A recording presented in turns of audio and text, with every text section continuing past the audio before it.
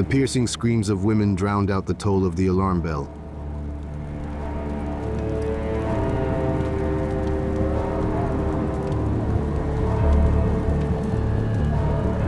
The first blood spattered on the steps of the faceted chamber. This only enraged the rebels further, clearing their path with sharp spears and with poleaxes. And then they stormed into the palace.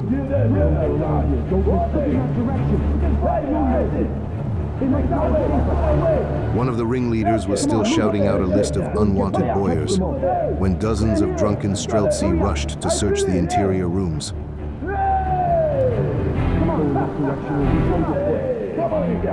They found many victims in the rooms and took many lives that day. It was a cruel and difficult time for the people they took, and not all of them survived. The Tsarina, Natalia Kirillovna, nearly fell victim to their rage, and only her son's intervention saved her from a blow with a battle axe. Shut up, I said! Sit down! Come on, we're going to crush them. Glory and riches with their own. Stop! Dad! You're going to die! Don't kill the kid! Let Yeah, child! Take that! The massacre lasted for 3 days. Before the eyes of the 10-year-old Tsar, the Streltsy tore apart his mother's brothers, as well as her close boyars.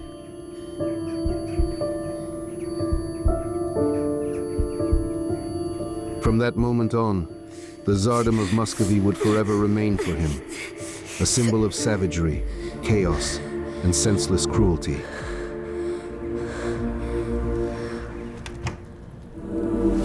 Years would pass and he would turn the life of an entire country upside down, changing the power structure, way of life, habits, and even the outward appearance of his subjects.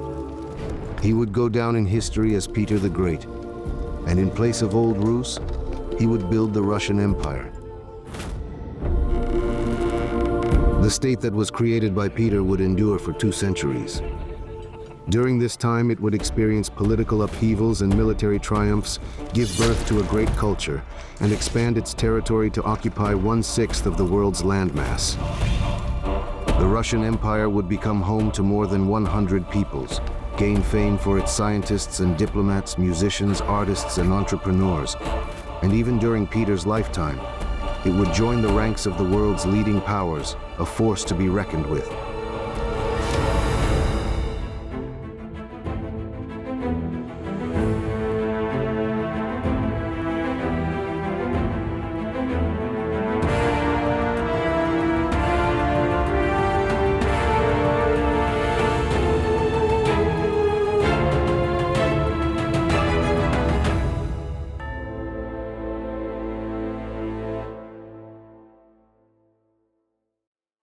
In 1682, after the death of Tsar Fyodor Alexeyevich, who left no direct heir, a political crisis erupted in Moscow. And what a crisis it was. It reached its climax during the bloody Streltsy uprising, and was only resolved after the convening of the Zemsky Sobor. As a result, 2 brothers were crowned at once, 10-year-old Peter and 15-year-old Ivan. Until they came of age, the country was ruled by their older sister, Tsarevna Sofia. She was a highly educated, intelligent, and power-hungry woman. Peter and his mother, Natalia Kirillovna, moved to the village of Preobrazhenskoye near Moscow. The young Tsar was not known for his diligence, and church books bored him to tears.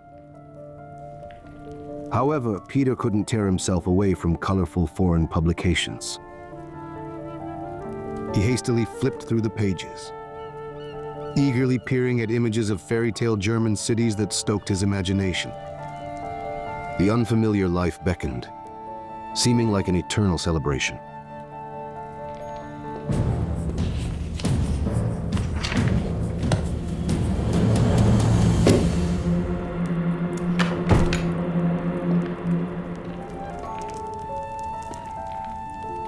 But he was not in a fairy tale world.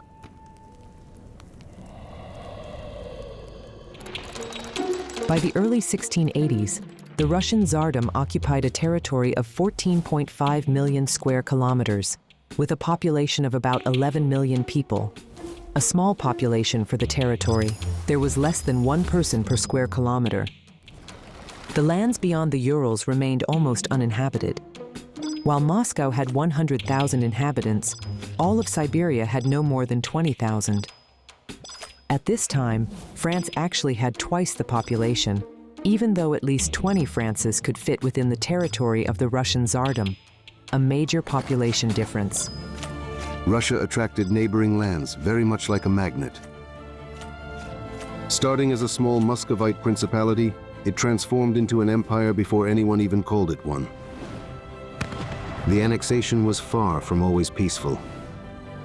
But step by step, Russia merged with other countries and peoples, and before it knew it, it occupied 1/5 of the world's landmass. Different peoples, while remaining distinct, were willingly or unwillingly incorporated into the common state and cultural construction. They quarreled with each other and with the authorities, rebelled, and made demands. The authorities suppressed rebellions for which they were disliked, but they were forced to listen to demands for which they were respected. Meanwhile, the peoples and states of Europe existed in extremely cramped and crowded conditions. Large states butted up against each other's borders, nibbling away at their neighbors' territories, but without fundamentally changing the balance of power. With scarce resources, survival here was possible only by developing technologies and science, knowledge, and skills. In Western Europe, people learned to value both the land and its resources. The great geographical discoveries and the seizure of overseas colonies with their immense wealth further propelled economic growth. This was then followed by the creation of modern political institutions. Tsar Fyodor Alexeyevich, Peter I's elder brother, anticipated many Western-style reforms. He conducted a general census, introduced unified taxation, abolished the custom of mesnichestvo, which is appointment to positions based on ancestry, and finally he approved the plan for Moscow University. There were plans to introduce a unified system of state ranks and publish the first history of Russia. But Tsar Fyodor died young, and the regent Sophia acted cautiously, always looking over her shoulder at her entourage. Nevertheless, Moscow society was changing, albeit slowly. European weapons, ammunition, clocks, and carriages were being imported into the country. Nobility from Poland, Little Russia, Ukraine, and Lithuania were being hired for service. New customs, language, and clothing were coming into fashion. Many nobles preferred the Polish kontusz to the old-fashioned kaftan, which was originally Eastern attire, as were the boyars' fur hats and peasants' armyaks, the influence of the West. However, the East still exerted as much influence on Muscovy as the West did. Take a look. Have a look. As Peter grew up, he spent more and more time with his peers. Soon, the boyish games of playing with toy soldiers turned into a serious pursuit. The toy regiments, armed, trained, and dressed in a foreign manner, under the command of the young Tsar, were turning into a real military force. Peter's intense activities seriously frightened Tsarevna Sophia. She clung tightly to power and had no intention of sharing it with anyone. At her instigation, rumors began to circulate in the capital that the younger Tsar was acting strangely, and he shouldn't be allowed to rule the state. Meanwhile, Peter was entering his 17th year, the perfect time to look for a bride. Hold it. After considering All right, several that's good. options, Looks good. Natalia Let's go. Kirillovna settled on Eudoxia Lopukina, a girl from a family that, though impoverished, was a large one and was very loyal to their family. Where are you going? Stay where you are. The Tsar didn't object. Let everyone see. He is already an adult.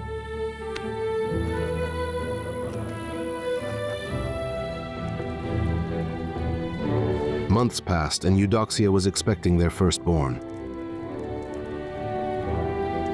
But the young husband felt confined in the cozy family nest. There, far from the royal chambers, on the free banks of the Yauza River, reckless friends and new plans awaited him. And his wife increasingly found herself spending long summer evenings alone.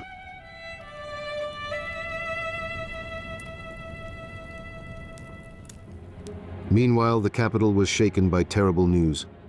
Allegedly, Peter had decided to storm the Kremlin with his toy troops, kill his elder sister, along with his brother Ivan, and become the sole ruler. Sophia, who had spread this rumor herself, demanded that the Streltsy stand in her defense, and that Peter be deposed and arrested. The conflict between Sophia and Peter boiled down to a power struggle between two aristocratic clans. Both of the sides were betting on a strong and special alliance with Western powers. Sophia and her entourage were oriented towards both Catholic Poland and Austria. A victory for the Tsarevna would have led to an increase in the influence of the Papal Church. All of this could have sparked extensive religious conflicts in Orthodox Russia, or even a civil war. Peter, on the other hand, would choose Protestant countries as his model, the Netherlands, Germany, and England. His subsequent reforms did little to align with the Orthodox view of the country's future, introducing a spirit of materialism. However, despite the upheavals associated with Peter's vast reforms, Russia avoided religious wars.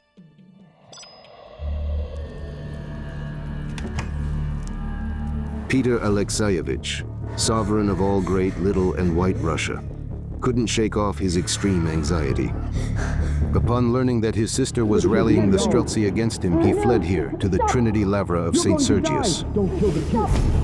Peter tried to convince himself this wasn't cowardice. Any reasonable person would have done the same, but there was a rumbling in his ears.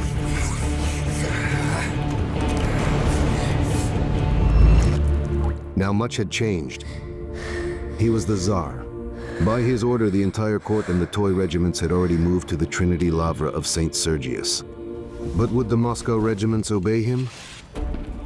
If they chose Sophia's side, then blood would be shed again, as in his childhood. But this time, not of the boyars close to him, but of Peter himself. Fear wouldn't let go, gripping his heart with an icy hand. And then, Colonel Franz Jacob Lefort arrived. He brought good news. Moscow was supporting Peter fully, and the sovereign had nothing to fear. Franz Lefort, a native of the Free City of Geneva, grew up in the family of a successful merchant, but despised his father's occupation and dreamed of a military career. At the age of 18, against his family's wishes, he set off for distant Russia, where he entered military service under Tsar Fyodor Alexeyevich. During the de facto rule of Tsarevna Sophia, he rose to the rank of colonel. In August 1689, when conflict erupted between Sophia and her younger brother, Lefort unequivocally took the side of the legitimate Tsar, Peter. The Moscow regiment siding with Peter proved decisive in the struggle against Sophia. It didn't even come to a direct military confrontation. The Tsarevna was confined to the Novodevichi convent, while the sickly Ivan voluntarily handed over all power to his younger brother, formally remaining his co-ruler. However, young Peter remained indifferent to matters of state governance.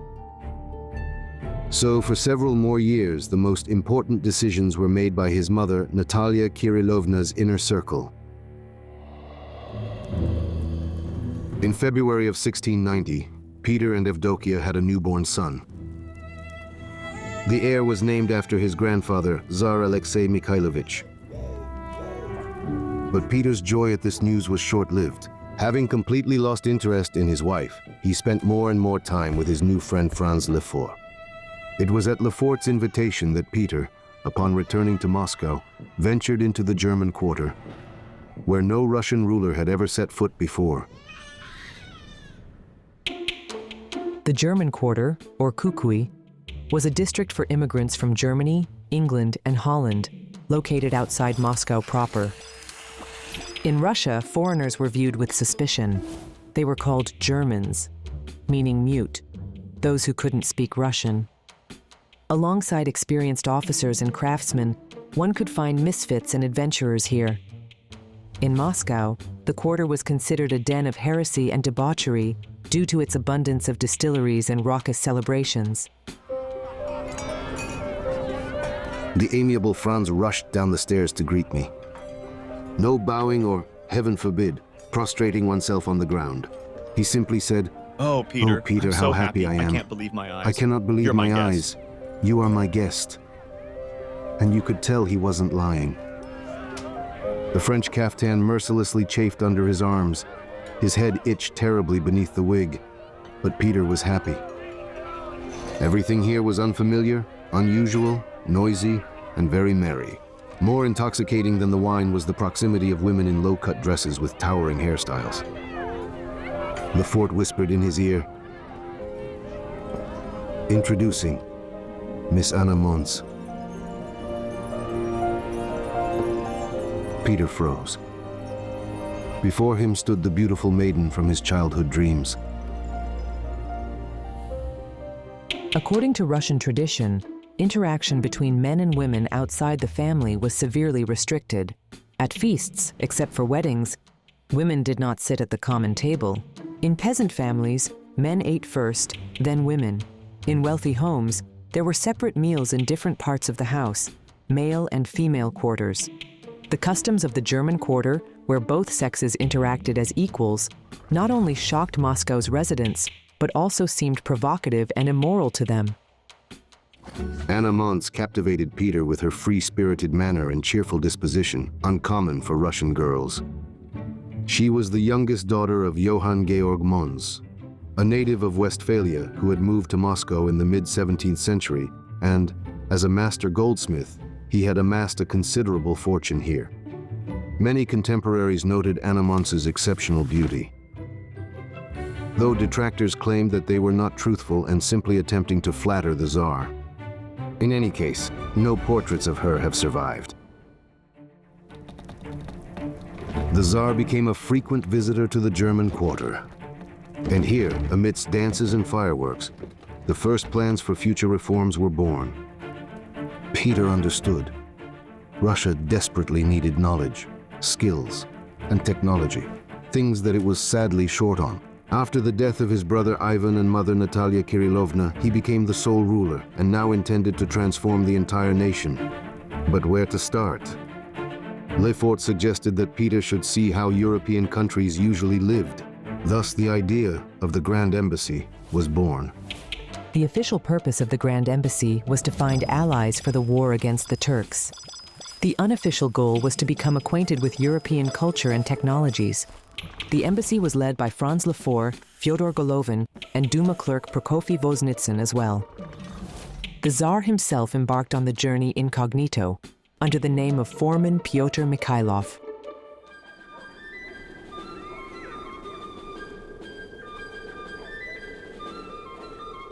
At the tail of the huge ambassadorial convoy walked 36 young men.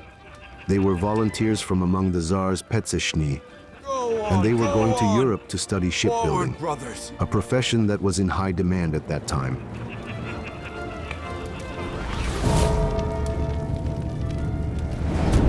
And in one of them, as long as a pole, the Muscovites, not believing their eyes, suddenly recognized the Tsar himself. A foolish man jumped out of somewhere, shouting in a loud voice, "The sovereign has gone to the Germans. Repent, brethren, for the end times have come."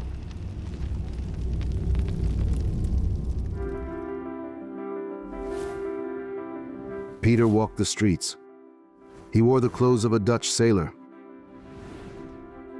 And he was doing the unthinkable. He was working. He loved manual labor. And throughout his life, he was always eager to learn new trades. He forged anchors, made paper, worked on a lathe, tore the teeth of courtiers, and sometimes took up the surgeon's scalpel. Once he worked for several hours in a row in the smelting shop, making 18 poods of iron, for which he received 18 alten. He loved to work. With this money, he immediately bought himself new clogs, and was pleased to show them to everyone, saying that he had earned them by his own labor. In Europe, Peter went to the Dutch shipyards, doing carpentry first in Zaandam and later on in Amsterdam. In his spare time, he examined collections of minerals, coins, weapons, and archaeological finds. Picture galleries and theaters did not interest him, with the exception of Professor Frederick Ruysch's anatomical theater, which he found fascinating. Peter bought the anatomical collection of Ruysch, and on its basis created the first Russian museum, Kunstkamera. Admission to the museum was free, and visitors were treated to coffee, zuckerbrodas, that is, cakes, and Hungarian wine. Wine especially attracted men, and they entered the Kunstkamera several times, remaining completely indifferent to the collection itself. From Amsterdam, Peter continued on to London. And it was there that he decided to take up the study of both British industry and government. He met Isaac Newton, and he even tried to lure Newton into the Russian service, though he was unsuccessful at that. One of the tasks of the Great Embassy was to recruit specialists, primarily for the Army and Navy. The first batch of mercenaries numbered exactly 672 people. Weapons, tools, and materials were purchased for the Army and Navy, and for Peter's personal household, mathematical, medical, drawing tools, medicines, books, several live parrots, one monkey, as well as 2 stuffed animals, crocodile and swordfish. Every day, a new wagon from Arkhangelsk. They're bringing dried lizards, and the Streltsy have not been paid their wages for 6 months. It was said that the musketeer Františka Lefort, by malice aforethought, persuaded the Tsar to go to the Germans, so that there he could be drugged with a potion and replaced. And now they say, Tsar Peter sits in prison. Instead of him will soon appear in Moscow a German blackmonger, or even the Antichrist himself.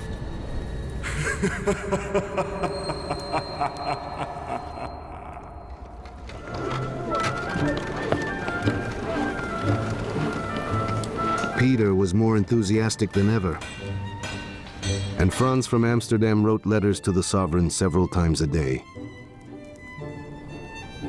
This is the ruler that Russia needs. Now this country, vast and rich, is blocked off by the frequent fences of age-old prejudices. But Peter has the determination to break down all that is superfluous and to build that which is necessary. From London, Peter and his retinue traveled to Vienna. And the owner of the house, which was rented to the Russian Tsar, has asked the British government to compensate for the damage. It was valued at the enormous sum of 320 pounds, a lot for the time. Meanwhile, bad news came from Moscow. The Streltsy rebelled. Trouble was brewing. 4 Streltsy regiments marched to Moscow to burn the Nemetskaya Sloboda, to exterminate Peter's supporters, and to put his sister Sophia on the throne.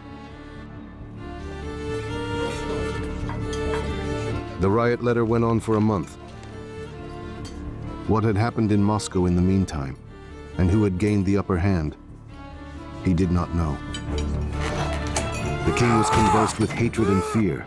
Never had Lefort seen Peter like this. There, in Moscow, the hated Sophia again called the Streltsy to kill him and trample everything that was dear to him. His friends, his love, his dream, everything in his life.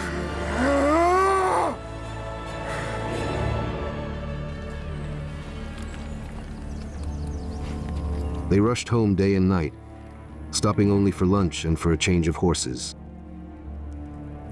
It was frightening to look at the king. He had not slept for 4 days. Lefort didn't understand how he wasn't falling. Peter accepted the mail from the messenger with shaking hands. From Moscow, they reported the uprising was suppressed.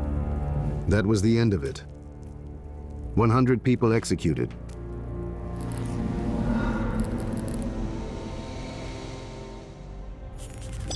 When Peter and his companions arrived in the capital on the evening of August 25th, He was not yet expected and therefore not welcomed. Without stopping at home, he went to the German quarter to see Anna Mons. No one recognized the Tsar. People on the streets recoiled in fear, and no wonder. The Peter who used to set off fireworks and dance with the beautiful Anshin was gone and would never return.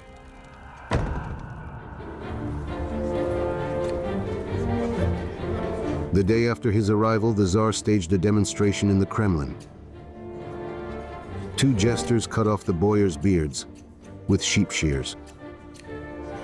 In Russia, a beard symbolized respectability as well as piety. But in Peter's eyes, it remained a symbol of patriarchal backwardness, which the Tsar intended to eradicate. Peter left the right to wear a beard only to peasants and clergy, as well as those who would pay a beard tax. Rich merchants 100 rubles a year, service class and middle class merchants 60, and as for others, 30 rubles. 4 days after his return, Peter ordered the rioters to be brought to Preobrazhenskoye. There were 14 torture chambers there, and they operated around the clock. The Tsar was personally present during the interrogations. He spent his nights at feasts in the German quarter at Lefort's house.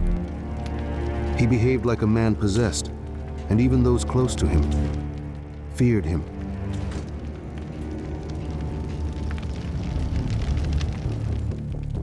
A month later, the executions began, with the largest taking place on October 22nd. 200 Streltsy who were arrested were brought to the Red Square. Wives and children ran crying behind the carts. Execution blocks and gallows stood near the Kremlin wall. The role of executioners was assigned to the Tsar's associates.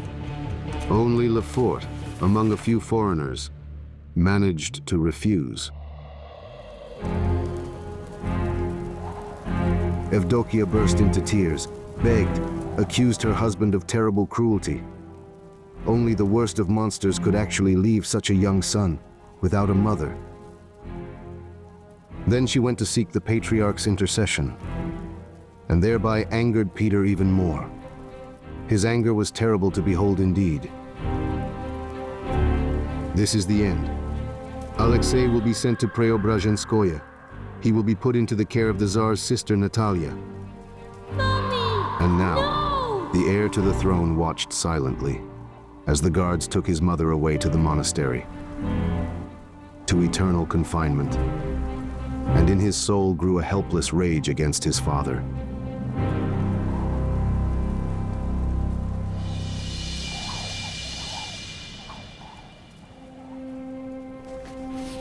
As for Anna Mons, she became Peter's official mistress. The people nicknamed her the Queen of Kukui. Patriarch Adrian himself came to speak with the Tsar, but he insisted on having his way. All of Moscow was outraged. The Tsar preferred a German heretic to his lawful wife.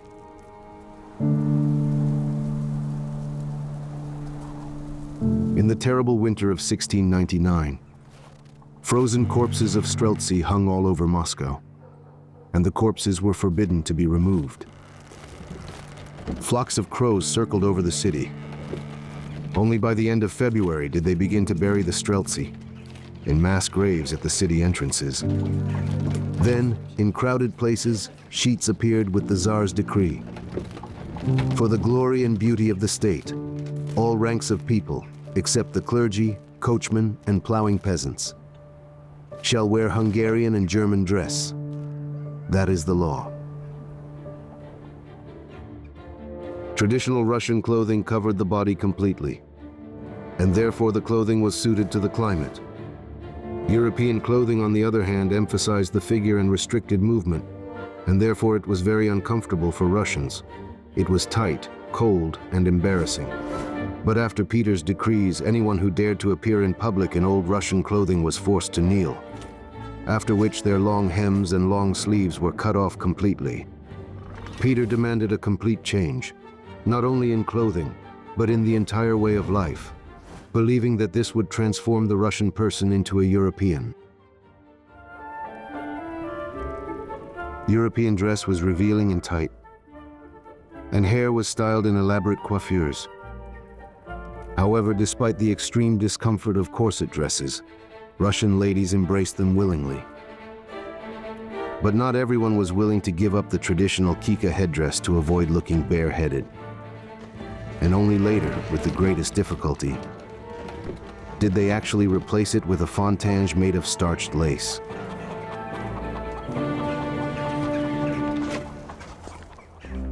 If previously the clothing of boyars and peasants differed only in the quality of fabrics, trimming, and decoration, now a divide occurred. The peasantry remained in their old clothes, while the nobility dressed in the very height of European fashion. But people wanted traditional clothing. Officers asked for military uniforms in the old Russian style, not even 50 years after Peter's death. Fur coats with fur hats, Russian felt boots, and many other items would quickly return to the nobleman's wardrobe. New outfits and manners were to be displayed at assemblies. Social gatherings with dancing, feasting, and conversation. They symbolized the social activity of the nobility, in addition to their unity around the Tsar. But this was a new and strange affair for Russia. The once secluded young women quickly adapted to these innovations and developed such a taste for them that a few years later, Peter himself bitterly noted the decline in morals.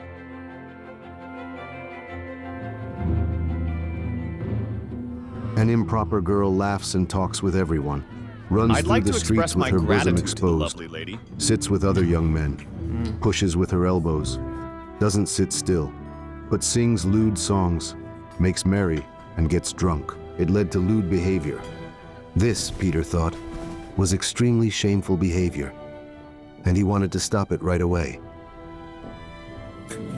At these assemblies, where tobacco smoke hung thick in the air, people drank wine, beer, and coffee. Coffee had only recently come into fashion even in Europe. In Russia, it was completely unknown, and people would spit it out due to its bitterness. Beer had been brewed in Russia before, but there was a lack of skill and experience. The same was true for cheese. Sausages were made by stuffing washed intestines with buckwheat. Peter, who was very fond of Dutch cuisine, very enthusiastically introduced it in Russia. Sausages and spiced meatlings, salted herring, and cakes that were called inside-out pies. Previously, Russians had managed well with turnips, but Peter ordered the cultivation of potatoes. At first, few people knew that they should eat the tubers, and many were poisoned by the toxic berries. Ladies used potato flowers as decoration, sometimes in their hair. The sunflower brought by Peter was also initially grown as an ornamental plant. Oil from the seeds wasn't produced until 100 years later. Many in Moscow were dissatisfied with the new ways and wanted change. Come on, but they were afraid Has to that ever speak happened openly before? about it. But when Peter Alexeyevich began traveling to the city of Voronezh, where he was tirelessly building a navy, tongues began to loosen. They blamed all their troubles on the German Lefort, a drunkard and Did you see libertine that? who How had is that led the even sovereign possible? astray, they Was that claimed. Peter himself? A rumor spread that Lefort had fallen ill with fever and would not show his face outside his house, and many boyars openly rejoiced, saying they wished Lefort would die soon, so their great sufferings would end. Peter disregarded the opinions of the boyars, and he even ignored the Boyar Duma. Instead, the Privy Chancellery, which was composed of the Tsar's main associates, began to function. It became the very first step towards the creation of the governing Senate, the same Senate that would begin its work in 1711. The Senate oversaw diplomacy, justice, trade, state revenues and expenditures, and other matters. Decisions were made collectively at general meetings, and minutes were consistently kept and supported by the signatures of all participants. Thus, the Tsar delegated some of his powers to the Senate, while simultaneously placing personal responsibility on each and every one of its members. The Senate's work was overseen by the Procurator General, who reported directly to the sovereign. He was called the Eye of the Sovereign. Instead of the system of prikazi, or departments, Peter introduced collegia based on the Swedish model. The spheres of activity for each collegium were strictly delineated. The collegia also introduced a consultative, or collegial, system of management. Catherine the Great would later reform the work of the collegia, increasing their number to 12, and in 1802, Emperor Alexander I would replace them with the first ministries, thereby establishing the fundamental principles of their operation. These fundamental principles essentially remain in place to this day. Peter ordered the boyars to send their sons abroad to study both military and naval affairs, subjects of interest to him. In Russia, education was primarily focused on humanities, but the Tsar needed many engineers and technicians. Just 2 years later, a school of mathematical and navigational sciences would open in Moscow. Later came artillery, medical, engineering, and mining schools, as well as a naval academy. Free arithmetic schools for children were established in the provinces. In the year 1724, the very first Russian Academy of Sciences was opened. By the year 1917, Russia had 11 universities, 113 other institutions of higher education, and 123,745 primary schools. Quite the accomplishment. I told him do it like this. Not your way. When visiting the Not your Voronezh way. shipyard, Peter Alexeyevich Do what I now said, found just peace do of it. mind. It is just a pity that Franz could not come due to illness. He would have admired all the fine young men who had arrived in Voronezh after studying in Holland and England.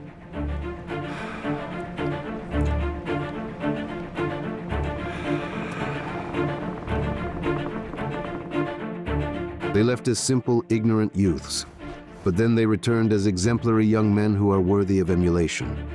They wore new clothes as if born in them, spoke several languages fluently, drew blueprints, and they even mastered sciences and machinery. Gradually, the seemingly petrified mass of Russian life, as Peter saw it, this great mass began to shift. But how much more there was to do, to correct, to change. It was endless. Forced Europeanization affected all social classes except the most numerous of the social classes, the peasants. The peasant, just like 200 years ago, relied solely on his own labor. To grow the exact same crop during the extremely short northern summer, as on the southern black earth. He had to cultivate 3 to 4 times more land, and no less than that.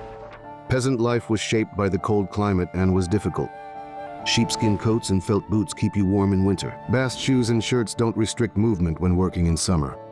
Houses were built from the most readily available material, wood, and insulated as best they could.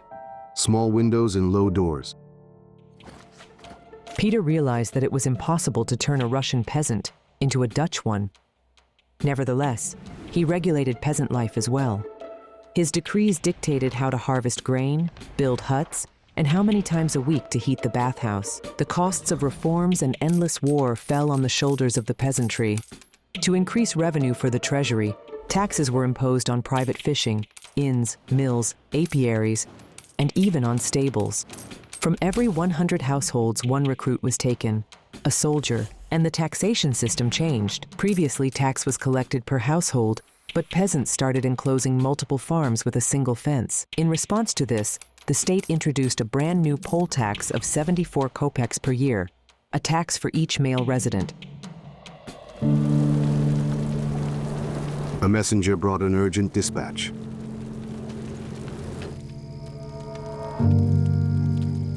Franz Yakovlevich was on his deathbed.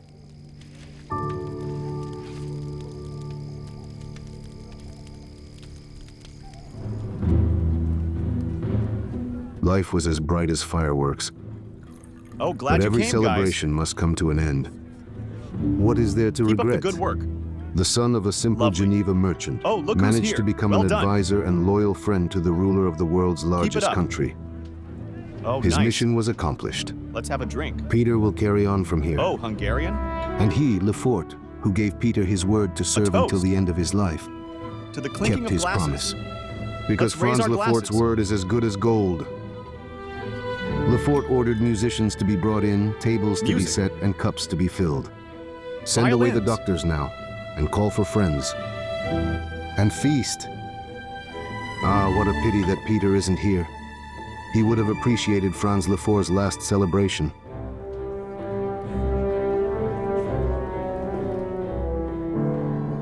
At dawn, a mud-splattered carriage entered the courtyard. Peter ran up the stairs. The rooms were empty and quiet. Tired servants were cleaning up the traces of yesterday's celebration.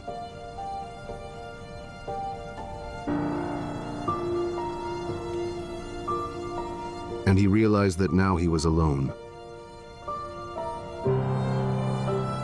Those around him were loyal servants, but his friend was gone.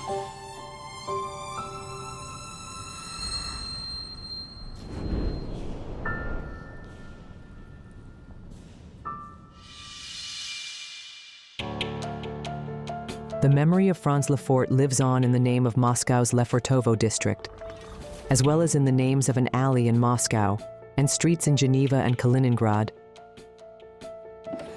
His Moscow house, later rebuilt and known as the Lefortovo Palace, is recognized as a cultural heritage site. After burying his friend with the highest military honors, Peter was returning to Voronezh. On the way, he remembered. All the nobility gathered around the lavishly decorated coffin, their faces showing immense grief. But Peter knew that many were rejoicing at Franz's death. They must think that without him the sovereign will stop his eccentric behavior, stop making everyone change their clothes, stop remaking everything. Fools! They still haven't understood anything. Everything needed to be changed, not just to follow his decrees, but to think in a new way. Only in this way, by discarding centuries-old customs without regret, could the Muscovite Tsardom be transformed into an advanced European power. Peter began changing the culture according to modern Western models. A new literary language was taking shape. According to the Tsar's plan, Russia, which was previously perceived by its people as the last bastion of orthodoxy, was to leave the realm of church culture and become a secular state. Peter believed that the church font was simply not convenient for quick reading. Peter kept the church font only for liturgical books, and he personally developed a new civil font. The font was used to write letters, compose documents, print books, textbooks, and newspapers. Under Peter's rule, 4,500 new words, borrowed from European languages and still used today, entered the Russian language. For example, ball, system, barrier, complement, politics, portrait, and secret. Military vocabulary was completely updated: admiral, trench, uniform, pistol, parade, and much more. All naval terminology entered the Russian language from Dutch during Peter's reign. Such a rapid and large-scale renewal of the language would only occur again in Russia in the 20th century. This was when the Bolsheviks came to power, and they would also radically change the way of life and introduce new words and concepts. The first newspaper in Russia appeared during the reign of Tsar Mikhail Fyodorovich. In the ambassadorial office, handwritten couranti were compiled, brief summaries that included articles from foreign newspapers and other information that were intended only for the Tsar and the Boyar Duma. Peter, however, began printing a publicly accessible newspaper called Vedomosti. Its first issue was published on January 13th in the year 1703. And this is why the date January 13th is now officially celebrated as Russian Press Day. Before Peter, a day was divided into daytime and nighttime hours, and clock faces had 17 divisions. There used to be such a clock face on the Spasskaya Tower. A clockmaker used to work in the tower, and he manually set the time to 1 o'clock exactly at sunrise. The bell would notify all of the townspeople that a new day had begun, and it would strike every hour. Then at sunset, the clockmaker would switch the clock to nighttime mode. As a result, on the longest day of the year, there were 17 daytime and 7 nighttime hours. Therefore, there were 17 divisions on the clock face. In total, a single day consisted of exactly 24 hours. But every day, the clock hands needed to be adjusted in order to start the time count from sunrise. It was under Peter that clocks got the familiar 12 divisions we know today. New clock faces were installed on the Spasskaya and Troitskaya towers of the Kremlin and on the bell tower of the Church of the Archangel Gabriel. In Russia, before Peter, the annual time cycle was measured not by the Julian calendar, as sometimes thought, but by the Byzantine calendar. This calendar was also called the Great Indiction. The chronology was counted from the creation of the world, and the new year began on September 1st. Days and months were counted from both Orthodox holidays and fasts. Peter introduced two innovations to the Byzantine calendar. The chronology was now counted from the birth of Christ. Furthermore, the new year began on January 1st. In 1917, after the February Revolution, the Gregorian calendar was introduced in Russia. The difference between the calendars was 13 days. And this is why Christmas in the Orthodox Church is now celebrated on January 7th, after New Year's Day instead of before it. Decrees were posted all over Moscow to universally recognize the new year, the 1700th from the birth of Christ, starting from the 1st of January. To celebrate the new year, make decorations from fir trees, entertain children, and go sledding down hills. And adults should be sure to refrain from drunkenness and brawling, because there are enough other days for that. Previously, the new year was celebrated with a festive prayer service and a religious procession. Peter ordered that after the prayer service, there should be mass celebrations throughout the festive week, from January 1st to 7, along with the firing of cannons and rifles, bonfires at night for illumination, and homes decorated with both pine and juniper branches and filled with joy. The New Year's celebration we know today with Christmas trees and firecrackers was established by Peter the Great, as was the tradition of secular holidays. At first, decorations made from fir branches didn't catch on. It wasn't until the second quarter of the 19th century that the custom of decorating a Christmas tree became established, which under Soviet rule was again called a New Year's tree, as in Peter's time.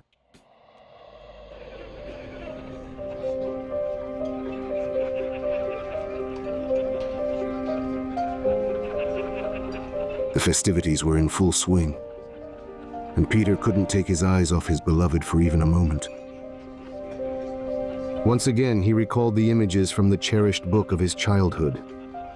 Knights in shining armor, magical cities, a beautiful maiden, and life, an entire life, like an eternal celebration. Why hesitate? Could he find a better wife? Oh, if only Anna loved him as much as he loved her. But to his sincere passion, she responded with only a rehearsed, polite smile that betrayed cold detachment. It was the exact same expression that the Tsar sometimes noticed on the faces of foreign advisors when he shared his plans to transform his homeland along European lines. So perhaps everything he had been striving for was a mistake. The celebration ended, and with it, all doubts evaporated. The sovereign departed for Voronezh once again. A great war lay ahead, and the fleet, army, and entire country had to be rebuilt. He didn't look back at Moscow. He could already see a new city in the distance. Streets straight as arrows, canals, palaces, and enormous ships in the harbor. He didn't yet know where this city would be, but he firmly believed that it would exist.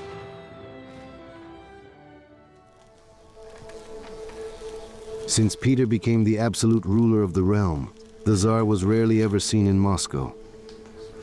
He conducted maneuvers with his toy regiments, built wooden fortresses, and then captured them himself. Meanwhile, a whole heap of decrees had already piled up.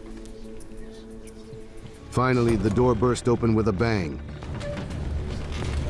Into the chamber burst the disheveled and grimy sovereign of all Russia.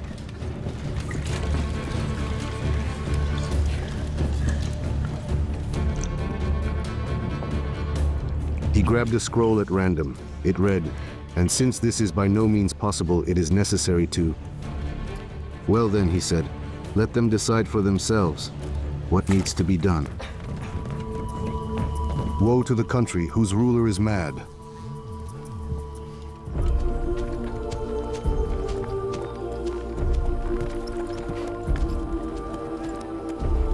What will become of the Russian Tsardom if the sovereign behaves like a child and, as if possessed, plays with toy soldiers? Many years will pass since then, and Peter the Great, ruler of all Russia, will reshape the entire state system and economy in order to create Russia's first professional army ever in all of history. And he will lead it into battle against the most powerful military force ever to be seen in Europe.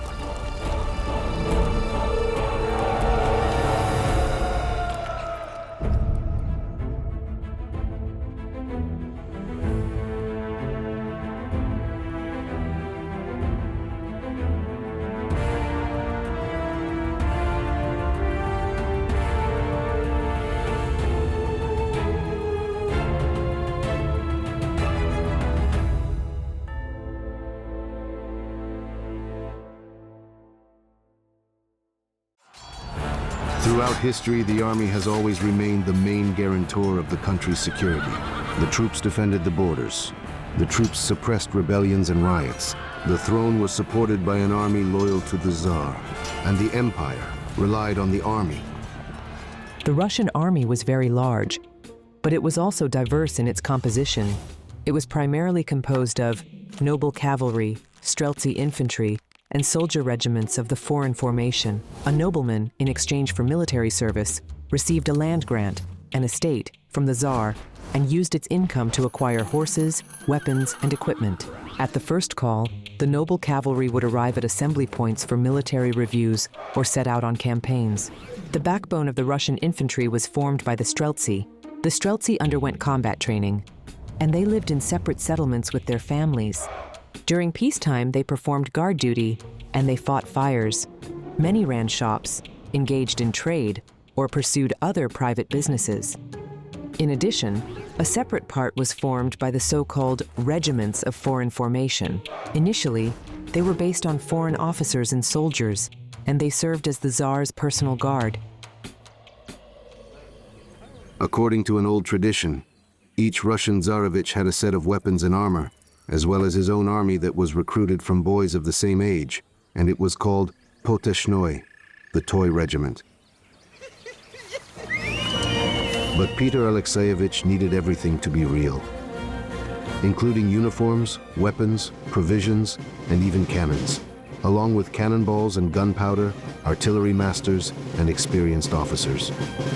By the year 1686, the young Tsar had at his disposal an extremely well-trained force, and this force was in no way at all inferior to a real army.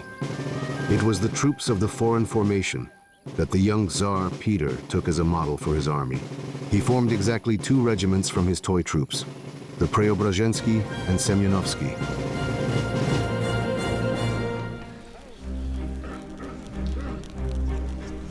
And Peter himself drafted the military regulations for his regiments. Foreign teachers taught him both the German and Dutch languages, since all important military books were not written in Russian but in those languages, geometry, astronomy, as well as fortification. And his toy soldiers?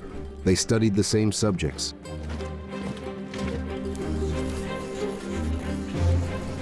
And then again, the drum, and again, firing practice, storming fortresses, and marching left, right, left, right. In just 10 short years, the former boys from the toy regiments would become the most combat-ready and professional military force in the whole of Russia. The army was in need of serious reforms. It was effective for war against old adversaries, the Crimean Khanate and the Polish-Lithuanian Commonwealth. But Peter, well, he faced all sorts of problems that had but recently seemed insignificant. From Arkhangelsk to the Volga, foreign trading companies completely dominated Russia. The English, Dutch, Swedes, and Danes bought Russian goods for a mere pittance, exporting them to Europe on huge ships. The English Parliament held numerous hearings in an attempt to determine whether or not to turn the lands along the Volga into a British colony. At the court of Polish kings, it was discussed that Russia should become for Poland what the American colonies were for England, with many arguing in favor. Russia did not have a fleet, nor did it even have access to the seas. The Swedes, who had built fortresses all along the coast, blocked access to the Baltic, while from the south, Turkish bastions pressed against Moscow, blocking traders' access to the Black Sea. The Russian state, despite its vast expanses, could have turned from a great empire into a colony like those in Africa within just a few years. Peter made a decision. He would break through to the seas, no matter what the cost would be, to build ports and ships there, in order to create a navy. And the Tsar's main goal? It was to gain access to the Baltic. This meant war with the strongest army in all of Europe at that time. The forces of the Swedish king known as Charles XII. The Swedish king was just 15 years old. In Europe, they scoffed and thought he was incapable of anything. Behind his back, Charles was called a boy who was in over his head trying to fill his father's shoes. Peter formed a military alliance with both Poland and Denmark, and then he set about strengthening his army. He recruited soldiers and foreign officers. Sparing no expense, he purchased rifles, cannons, and ammunition. And finally, he made up his mind. To mark the beginning of the military campaign, they held a celebration. Peter couldn't take his eyes off Anna Mons. His beloved was more beautiful than she had ever been before. Toasts followed one after another. To His Majesty, to each general individually, to the artillery and infantry, and to the allies. The Tsar's orderly, Alexashka Menshikov, appeared clanking with tin buckets on his feet.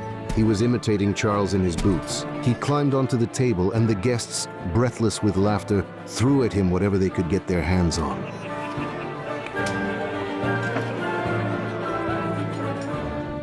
Peter was good-naturedly having fun along with the guests. He did not yet know at the time that young Charles of Sweden had swiftly and easily knocked both the Polish and Danish kings out of the war completely, but he soon learned. Russia was left without any allies at all.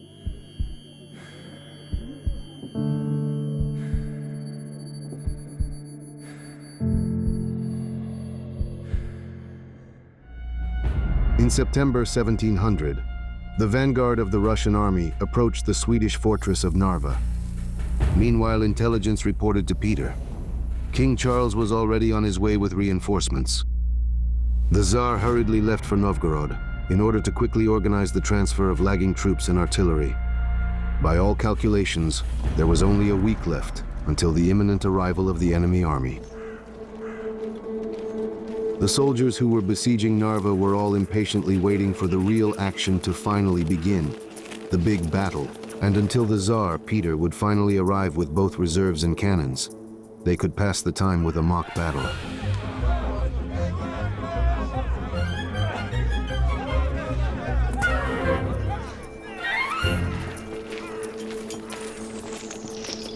And then, all of the jokes came to an end.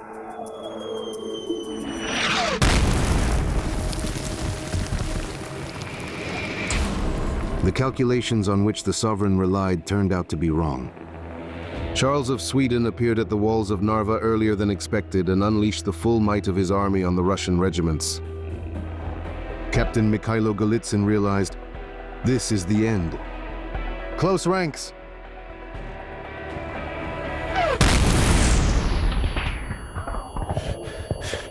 The Swedish infantry attack broke through the front in 3 places at once, and the Russians fled in disarray. The mercenary officers immediately surrendered, and some were killed by their own soldiers. Peter was in Novgorod at this time. He did not see how his army was perishing in the snowy whirlwind, how the recruits in Streltsy, maddened with terror, were rushing about, and how on the right flank stood, as if rooted to the ground, 3 regiments: Preobrazhensky, Lefortovsky, and Semyonovsky. A bullet pierced my leg. Load! Fire! Fire! The Swede stopped. Second volley! Blood was already squelching in his shoes. A second bullet tore through the coat, striking the shoulder. The battle was already lost, but they held on, standing literally knee-deep in blood. Yesterday's toy soldiers, the future guards of the Russian army. Later, in memory of this, red stockings would be incorporated into the uniforms of the guards' regiments. But then, at Narva, out of the entire encircled Russian army, King Charles allowed only these 3 regiments to leave the camp with weapons and banners, to the beat of drums, out of respect for their immense courage and their tireless fighting skills. Peter met the remnants of his army in Novgorod.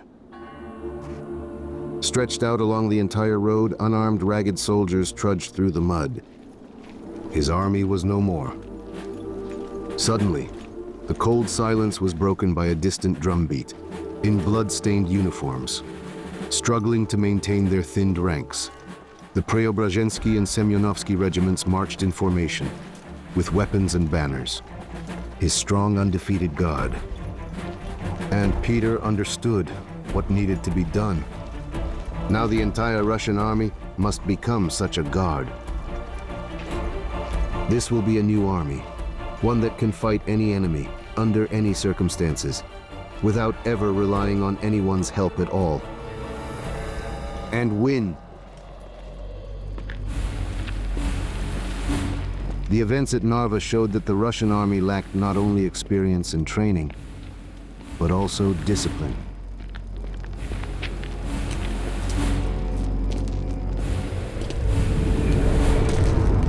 Desertion, and especially treason, had to be prevented very harshly.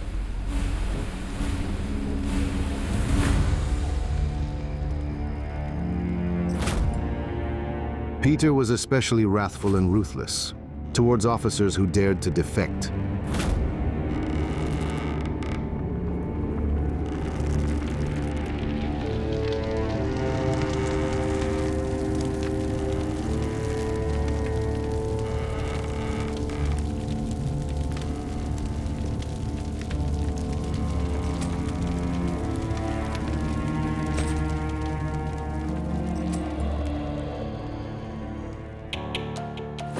Peter introduced discipline in the Russian army, regulated by military statutes.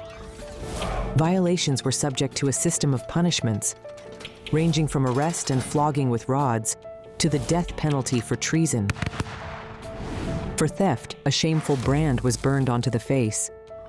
Cowardice and desertion were punishable by hanging. For blasphemy against the sovereign and commanders, as well as looting, the punishment was beheading or quartering. The final version of the charter was published in the year 1716.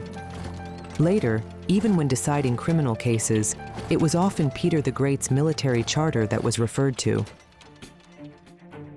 By the time of Peter's reign, military affairs in Europe had changed significantly. Infantry, cavalry, and artillery operated in battle as a single mechanism. Commanders were required to know tactics, topography, and mathematics, and soldiers were required to display discipline and military skills which were achieved through training and education.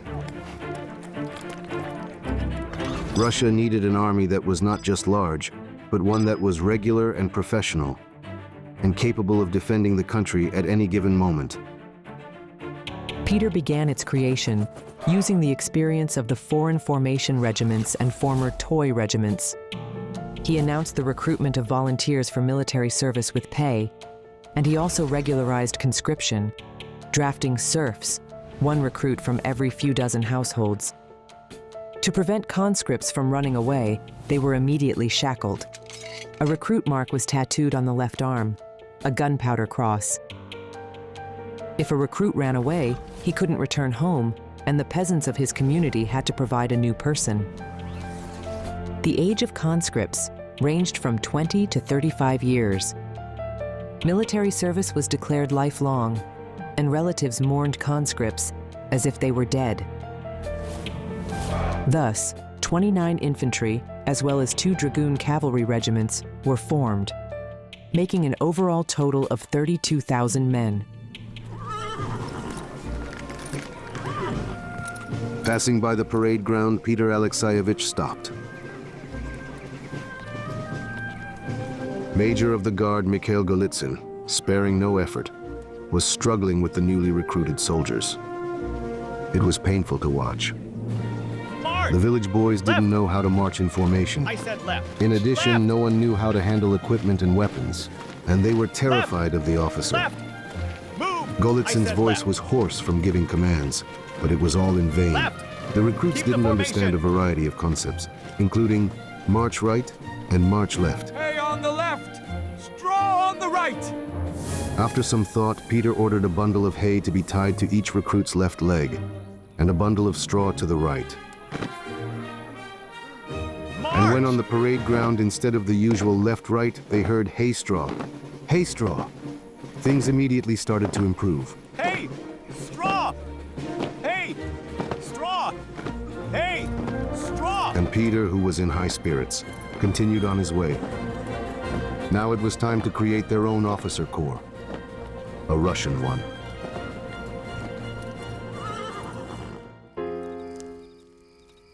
Peter sent letters to all of the governors of all nobles. to compile a list of Sons nobles fit and for their service. children. From these, the Tsar chose those fit for service and personally assigned them to regiments. Peter's messengers rushed to all corners of Russia.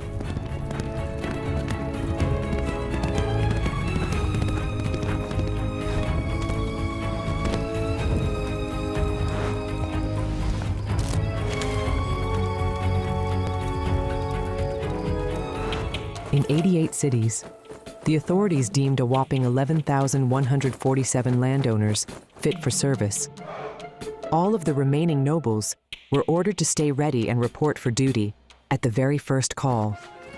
The rank of officer implied not only noble birth, but also extensive knowledge. Initially, Peter sent young people to study abroad, but he soon established special officer schools, including artillery and engineering ones where mathematics, ballistics, topography, and tactics were taught. For the first time in Russia, military education emerged. Just a year after Narva, there were no foreigners at all among the officers of the Semyonovsky Regiment. And there were only 3 in the Preobrazhensky Regiment. Amazingly, 206 Russian noble officers were sent to General Sheremetev's troops alone.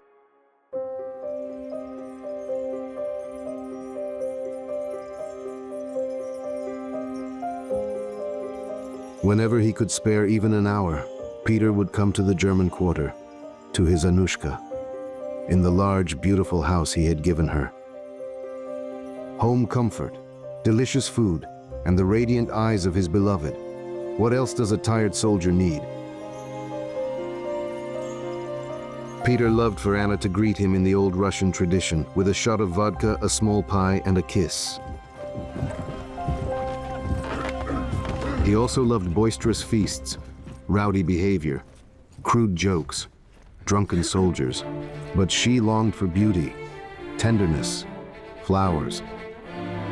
Well, if it's flowers she wants, flowers it is. Danilich, quick!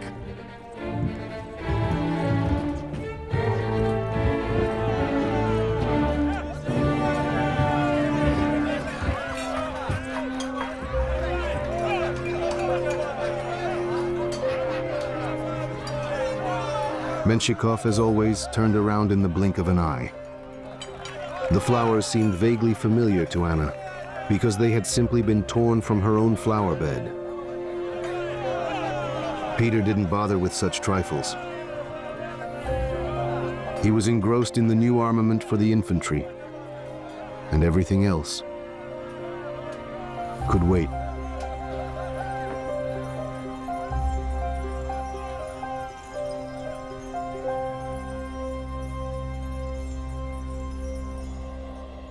The infantry formed the backbone of the army. The infantry formation was protected from cavalry attacks by pikemen with long pikes pointed at the enemy. Over time, rifles with long fixed bayonets came to replace pikes. Ammunition was stored in pouches, a round bullet and a portion of powder that was wrapped in a paper cartridge. Following orders, the soldier would bite off the paper and pour some powder into the pan of the gun lock. The rest of the powder was poured into the barrel, where the bullet was also inserted, ramming the charge with a ramrod. The first rank would fire simultaneously and then fall back. The second rank would then move forward and fire the next volley. On average, reloading in battle took a unit 20 to 30 seconds, and this allowed for 2 to 3 shots per minute. Only well-trained soldiers could achieve such firing speed, and sometimes even a greater speed than that. Thus, during battle, a continuous barrage of rifle fire would rain down on the enemy along the entire front. At that time, this was considered the most advanced and effective method of combat. Present arms! 1, 2, 3! The training introduced by Peter bore fruit. The Turks and Persians believed that the Russians shot directly from their fingers, and therefore after battles they examined the hands of the dead, wondering if they were human. Of all the military branches, Peter particularly favored artillery. That's why the artillerymen of the Semyonovsky regiment prepared especially meticulously for the Tsar's review. The Tsar had begun his military service in the Bombardier Company. Since then, he enjoyed conducting firing exercises himself. Catch the cannonball! Once, during a misfire, he nearly lost his eyesight and his life.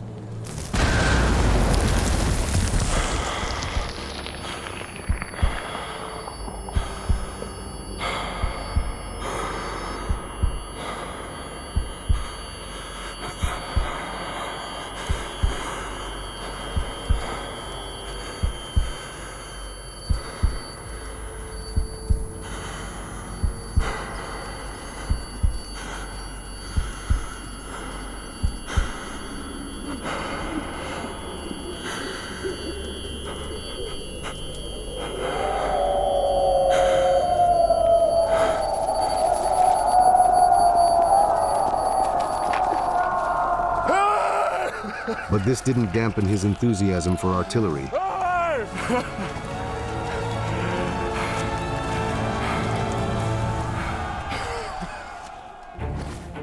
Peter studied cannon aiming techniques, gunpowder properties, and the design of guns and gun carriages.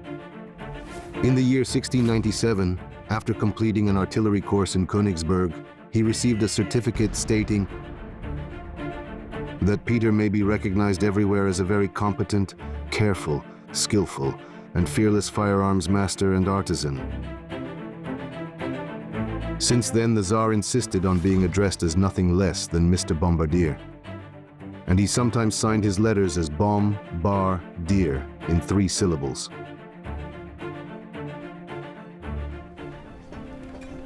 Upon returning to Moscow, Peter went straight to Anushka's place. He intentionally didn't announce his arrival. It was a surprise. A voice was heard behind the door, male and unfamiliar. They were speaking German. Now that's truly a surprise. Franz Koenigsegg, envoy of the Polish King Augustus, a former ally. Is our brother Augustus in good health?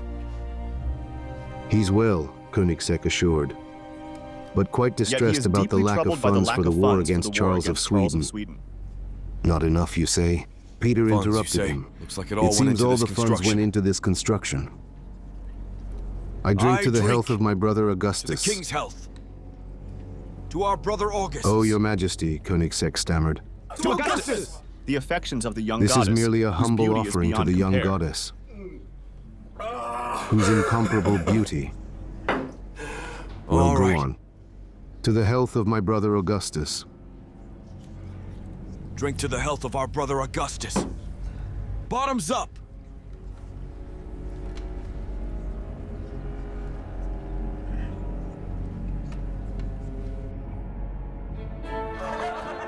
Look how he is drunk.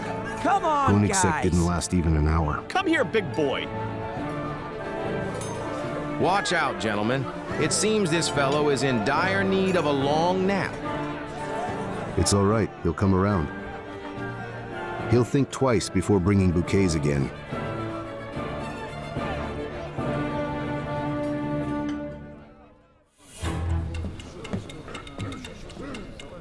Two long years had passed since the defeat at Narva. But Peter's determination to reclaim access to the Baltic from the Swedes only grew stronger. He knew exactly what he wanted, and he thought how to get it. Before marching on Narva, it was decided to capture the fortress of Notburg.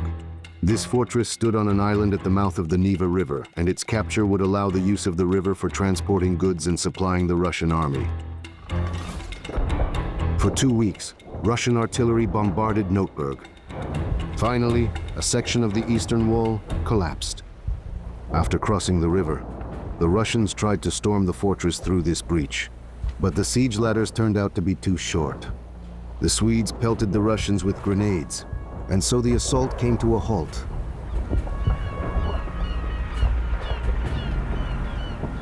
Standing on the cape near the silent battery, Peter watched the chaotic melee at the walls. "Well," he said, "it is time for the guards." Lieutenant Colonel Mikhailo Golitsyn, having received the order, rushed to the shore.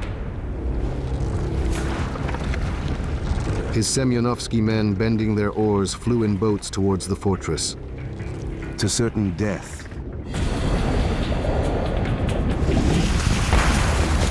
Upon landing, Golitsyn led his men, running into the assault. The soldiers stubbornly climbed the walls under a barrage of grape-shot grenades and stones, but did not advance even an inch. In the 6th hour of the battle, Peter could not bear it anymore and sent an order. "Do not waste lives, retreat." The messenger brought Golitsyn's reply. "Now I belong not to you, sire, but to God alone." Peter managed to see how stubborn Mishka was, pushing boats into the river, so that no one would be tempted by the opportunity to retreat. It was the madness of the brave, outright suicide. But Menshikov caught Golitsyn's boats, put his reserve on them, and without waiting for orders, went to the rescue. After 12 hours of assault, Notburg finally raised the white flag. This ancient Russian fortress on Orakovi Island was called Oreshek, before it was captured by the Swedes. Peter ordered it to be named Schlisselburg, the key city. This victory was indeed crucial, and it allowed them, a few months later, to capture the fortress of Nyenschans, 50 kilometers from Schlisselburg, where the new capital of the Russian Empire, the city of St. Petersburg, was founded.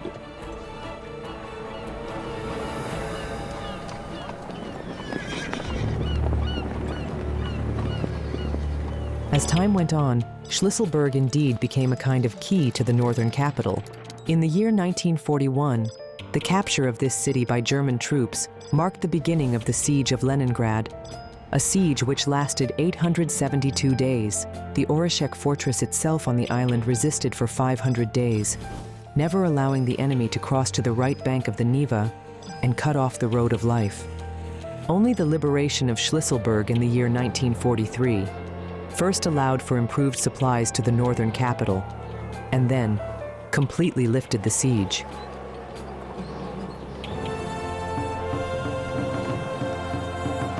Mikhailo Golitsyn survived by a miracle. And as soon as he recovered from his wounds, Peter promoted him to colonel. All surviving Semyonovsky Regiment soldiers were generously rewarded, and now they greeted the Tsar with a drumbeat, standing under their regimental banner. By Peter's decree, each and every military unit had a banner. Company banners were colored cloths with an eagle, while the regimental banner was white. Abandoning the banner in battle was punishable by death. If after a battle only a few men remained from the entire regiment, but the banner survived, the regiment continued to exist and was rebuilt anew. Peter managed to break away from the front and come home for just a couple of days. The first thing he did was visit his Anushka. He had missed her terribly. He sent away his entourage. He wanted to finally be alone with his beloved without all that crowd of loyal drunks and troublemakers. But it seemed no one was expecting him here. So that's how it is. While his loyal drunks and troublemakers were standing by him to the death, the woman he loved and trusted most had betrayed him. Simply and casually. And now he had to learn to live with this.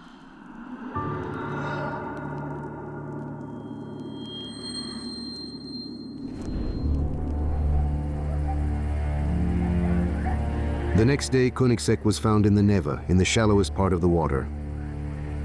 Apparently, he slipped on a stone while drunk and hit his head.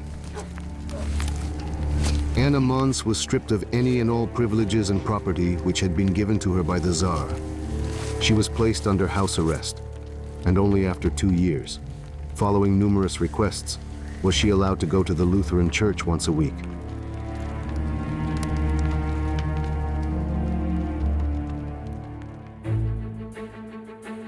Almost 4 years had passed since the disaster at Narva. Peter was approaching his main goal, to finally clear the Baltic shores of the Swedes. The fortress of Narva, where it all began, remained one of the enemy's last strongholds. In the summer of 1704, the Russian army besieged Narva for the second time. Astoundingly, the Russian forces outnumbered the garrison by almost 10-1. Narva's fortifications were virtually impregnable. Moreover, there was a rumor that General Schlippenbach's 7,000-strong corps was coming to aid the fortress. And then Peter had an idea.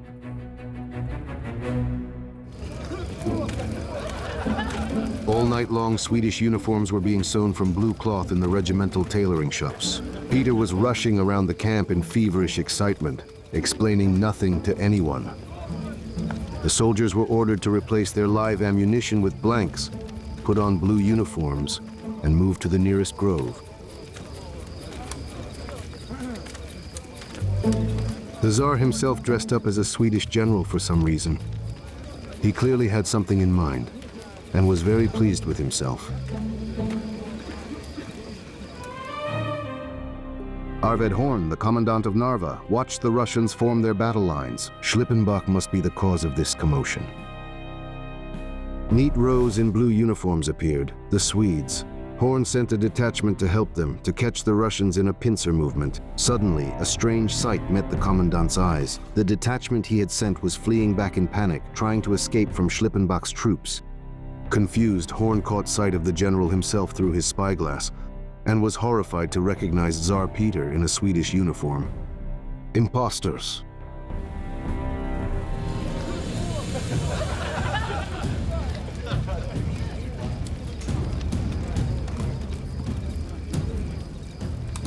That night, the Russian generals led by Peter had a great time recalling how you Menshikov, imagine? commanding the fake battle, You're not nearly lying. fell off his horse from laughter. And the looks on the Swedes' faces when they discovered this masquerade. Hooray! Hooray! However, they had to admit that the maneuver had failed. They couldn't storm into Narva by brute force. A proper siege had to be initiated. For 2 months, Russian cannons bombarded the fortress. In Narva, fires raged on and famine set in. But when offered to surrender, Commandant Horn responded with an insult. Peter ordered the assault to begin. The Narva garrison fought with fierce determination. And just as the Russians managed to climb the rampart, the Swedes detonated a mine, killing both friend and foe alike. When blood-stained stones stopped raining from the sky, the Russians stormed the city in such a bestial rage that no one was spared. The screams were deafening. The officers couldn't control their frenzied soldiers. Peter entered the city on horseback, as befits a conqueror. The first thing he saw upon entering was a Russian soldier who was dragging a woman by her hair. In a fit of rage, the Tsar drew his broadsword and cut down the marauder in front of everyone.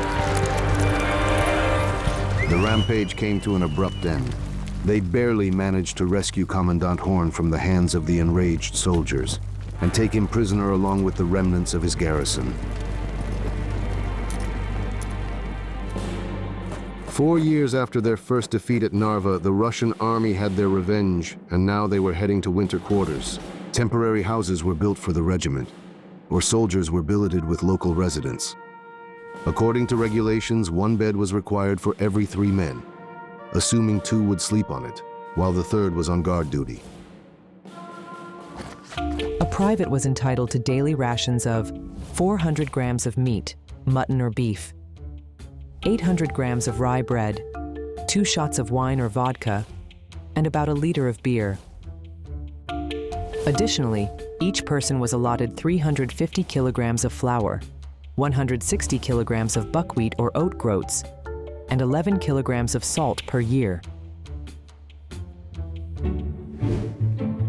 Every day, Peter personally approved the daily ration. Afterwards, for a month, he ate only soldiers' food, not allowing himself the slightest indulgence. However, during marches, food convoys were often delayed. Sometimes, due to corrupt quartermasters, the food arrived spoiled.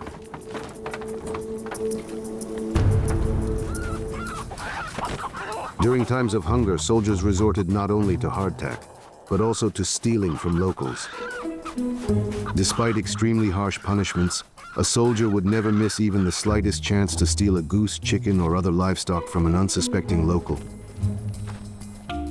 Military pay was quite decent at the time, although unfortunately, payments were often delayed. The subsistence minimum was 2 rubles per year. This amount of money was enough to buy 80 kilograms of wheat flour, 40 kilograms of beef, or 80 kilograms of herring. A colonel received 300 rubles a year, a captain 100, and a private 24, half of which was deducted for uniforms. The troops were supplied with all necessities according to standard patterns, and uniforms were regulated down to the smallest detail. A private was issued, a felt tricorn hat, a long single-breasted cloth coat, green for infantry, blue for dragoons, red for artillerymen, a waistcoat, knee-length breeches and 2 pairs of stockings, a necktie, 2 pairs of footwear, low shoes for marching, boots for guard duty, high boots with spurs for dragoons, and 2 sets of underwear. In winter, a woolen cloak called yapancha was worn. Army supply contracts were always a lucrative opportunity for merchants and manufacturers. The production of weapons, ammunition, and uniforms brought considerable profit and remained a subject of bribery and theft worldwide. Peter had a habit of feeling the cloth of soldiers' uniforms and cloaks and inspecting their shoes. If they turned out to be of poor quality, the full force of the Tsar's fury would be unleashed on the pitiable culprit. Peter ruthlessly sent those caught stealing to frozen Siberia, slit their nostrils, or simply hanged them if the value of the stolen goods happened to exceed the price of the rope. Medicine was also regulated in army life. Regimental doctors were issued monastery bags with a set of tools and supplies. Knives, saws, tourniquets, splints, waxed threads, needles, syringes, and lint, a precursor to cotton wool made from cotton threads. The doctors were usually foreigners. They rarely dealt with treating infectious diseases or preventing epidemics, considering their main tasks to be removing bullets and shrapnel, treating wounds, and amputating limbs. However, the most common diseases in the army were actually intestinal infections of various types. At times, these diseases could decimate up to half of the troops. One day, Menshikov invited the Tsar to come and visit his field quarters. He must have wanted something, it seems.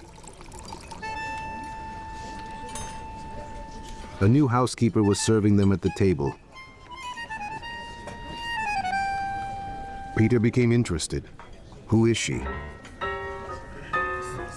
A captive from Marienburg, Menshikov explained. Her name is Martha Katharina, widow of Officer Johann Kruse. He was saying something else, but Peter was no longer listening to him. It was as if the housekeeper had cast a spell on him. Listen here, Katya. I'm staying the night. In the evening, bring me a candle to my bedchamber. I will, Martha Katharina replied quietly. In the morning, Peter left, and the very next day, his orderly came and took the officer's widow, Martha Katharina Kruse, with all her belongings, to the Tsar for good.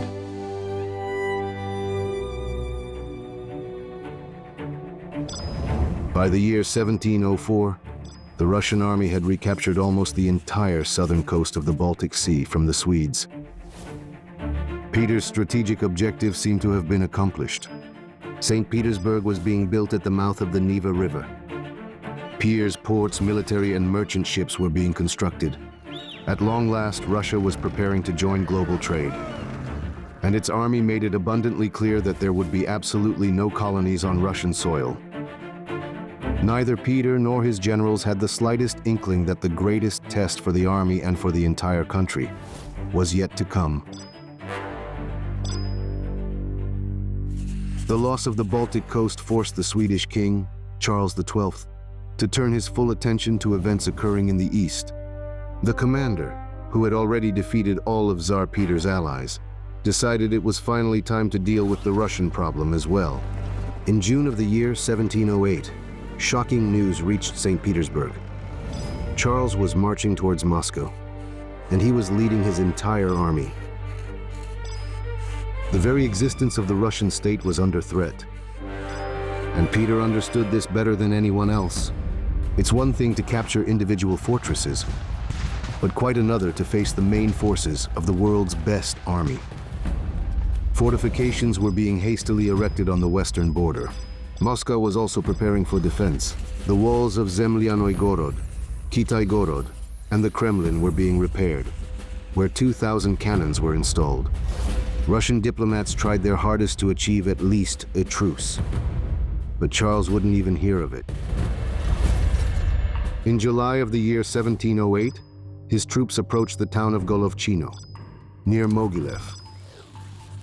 Moscow was less than 600 kilometers away. A letter arrived from Moscow from Catherine Vasilevskaya. That's what his Martha Katharina was called now. Peter became alarmed. How could this be? He had ordered Katerina to be taken out of the city to a safe place. Who dared to disobey? To my sovereign, my light, my joy, may you live for many years. But I will not follow your order. Forgive me. Better allow me to come to you wherever you may be. And if that's not possible, I'll wait for you here. I am with you forever. Where you are, there I am. I remain your devoted servant, Katerina Vasilevskaya. From intelligence reports, Peter knew that the Swedish army was experiencing major supply problems after its endlessly long march. And that a huge convoy with food and ammunition had set out from Riga to meet Charles XII's army. And he also knew the convoy was accompanied by General Lewenhaupt's corps. Peter made a decision. He would find and attack Lewenhaupt and intercept the convoy.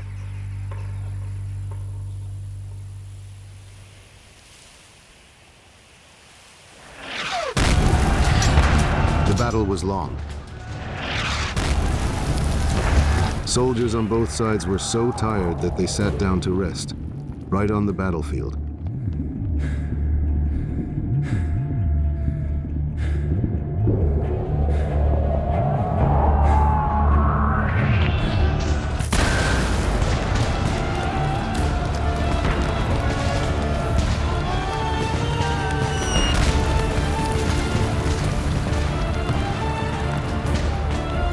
But the incredible happened. For the very first time in open battle, the Russians defeated the Swedes, who outnumbered them.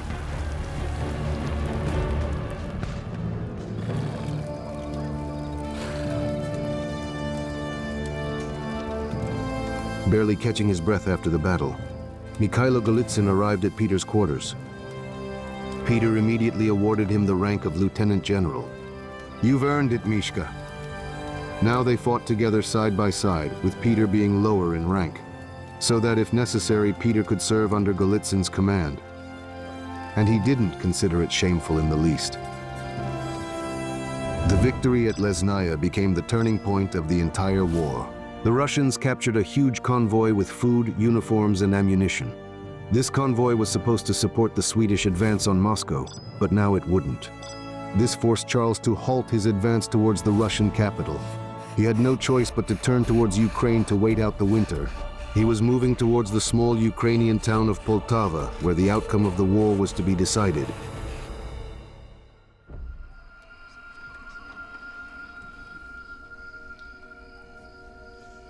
Everyone was in their positions. The cavalry commander, General Alexander Menshikov. The artillery commander, Lieutenant General Jacob Bruce. The commander of the Army Center, General Anikita Repnin. The commander of the Guards, Lieutenant General Mikhail Golitsyn. They had traveled this entire journey with him, from the village of Preobrazhenskoye all the way to Poltava. And now they were ready to die for him, as was the entire vast army from general to private.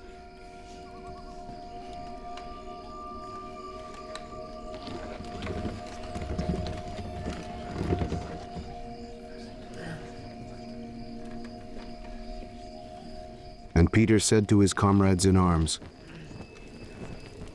"Do, brothers, as I will do, and all with the help of the Almighty shall be well."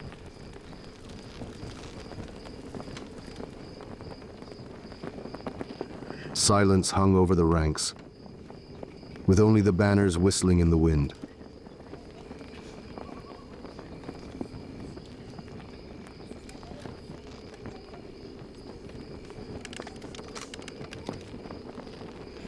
Suddenly the Tsar raised his voice. And so you do must not think you fight that you are fighting for Peter Peter himself, but for the for the state state that was entrusted to Peter.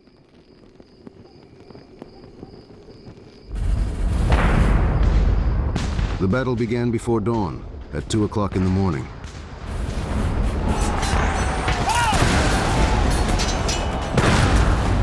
Menshikov's cavalry charged into battle. Bruce's artillery showered the Swedish infantry with grape shot. Repnin held the center of the front with his very last ounce of strength. The Swedes rolled forward like an iron wave, and the Russians began to retreat. On the verge of a breakthrough, Peter appeared before the infantry lines. As he watched, the battalion flag on the left flank wavered and tilted. Under a hail of rifle fire, the Tsar galloped along the entire formation. The infantry closed ranks and advanced. The flag straightened. The bullet-riddled ensign, as he fell, managed to plant the flagpole deep into the ground and held it with the weight of his body.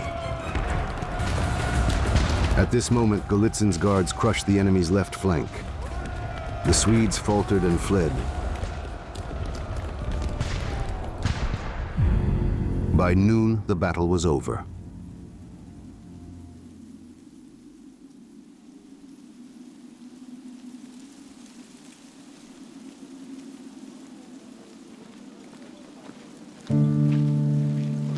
The Swedish army ceased to be the strongest military force in Europe. It was defeated by an army that no one had heard of, just yesterday. Years and centuries would pass. The Russian army would expand Russia's borders from the Baltic to the Black Sea, defeat Napoleon, and enter Paris in the year 1814.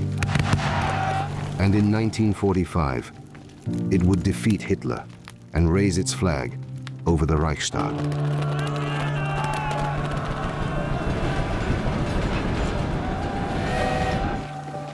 The Battle of Poltava would become but the first in that list of great victories. From Poltava, Peter immediately set off for the village of Kolomenskoye near Moscow, where his beloved, his unwed wife, Catherine, was waiting for him. She was simply radiant with happiness. The comfort of home, delicious food, and the beaming eyes of his beloved. What more could a weary soldier ask for?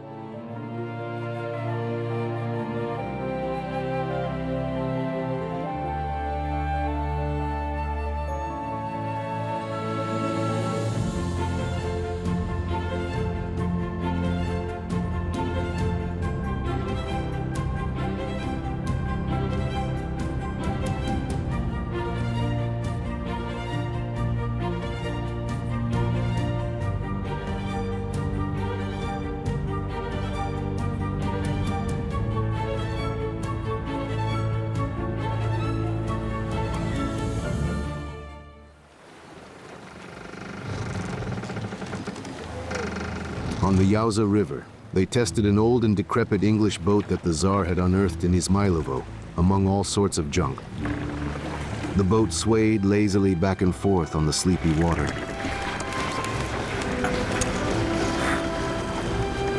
Suddenly, with a rustle, the sail unfurled. And it was as if some strange, strong force had seized the ship. The rigging creaked, and spray flew into his face. Battle flags flew, and mighty cannons thundered, shrouding huge ships in smoke. There, far beyond the horizon, where the young Tsar rode precariously in a small riverboat. Thanks to Peter the Great's iron will, Russia would become the only country in the entire world to build a navy literally from nothing at all.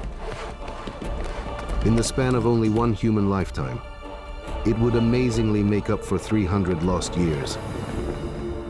First of all, But the Tsar second, is not eternal. we'll hire workers. Invite Who will specialists from continue Holland. the great reforms when he is dead and gone? To whom should he pass his legacy? His army, Mainmast. his navy, his empire? Main. For many years, the sovereign would hang all his hopes on his son, Alexei.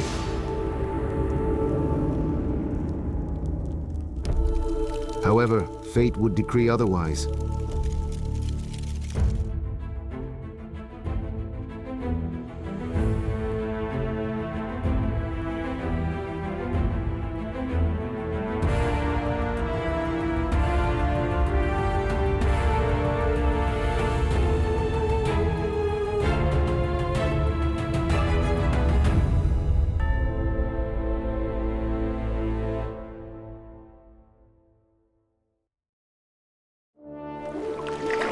The history of the Russian Navy began together with the history of the state.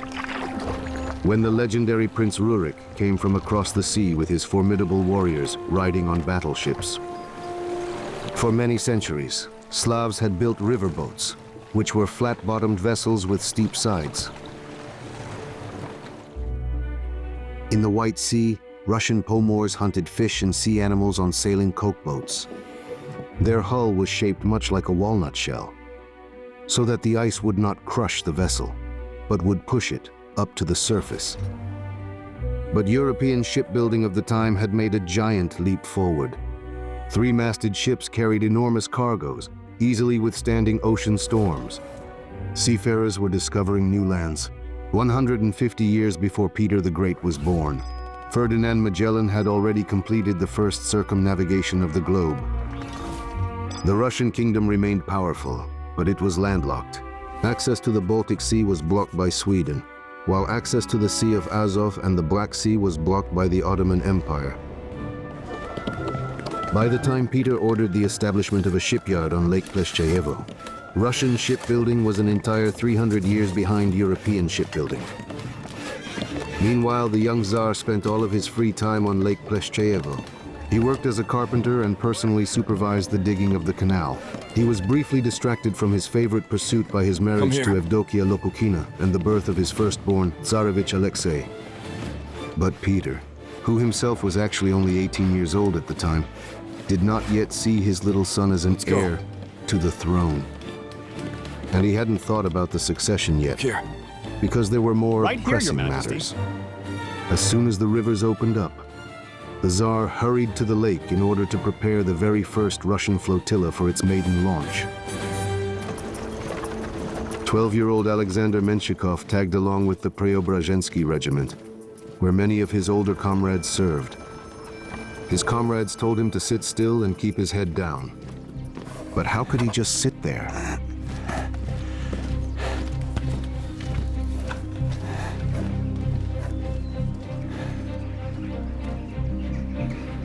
Yes, yes. Well done. There in the distance, the sovereign's voice rang out. Launch. Launch! One after another, boats as large as peasant huts were launched. And then, the mock army approached and greeted the mock flotilla.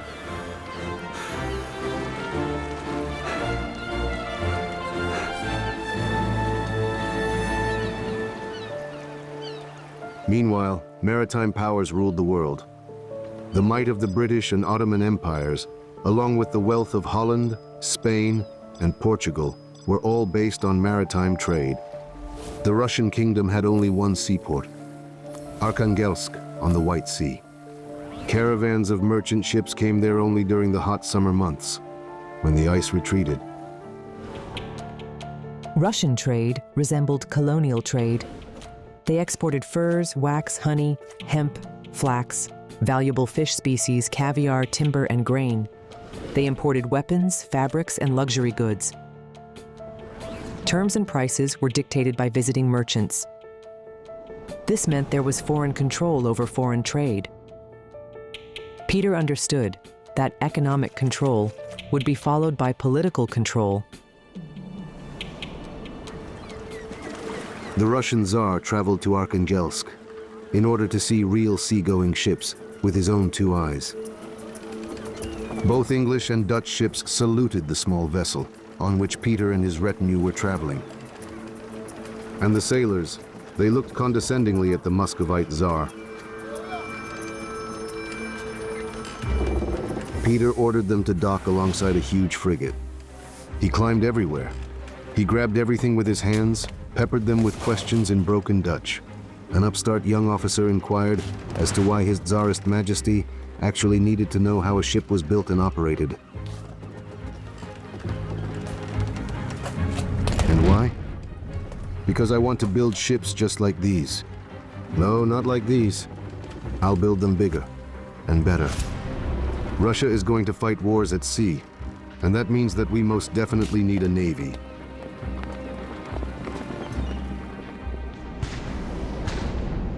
In late April of the year 1695, 22-year-old sovereign Peter Alexeyevich set out with his army on a campaign against the Turkish fortress of Azov, which blocked access to the Sea of Azov as well as the Black Sea.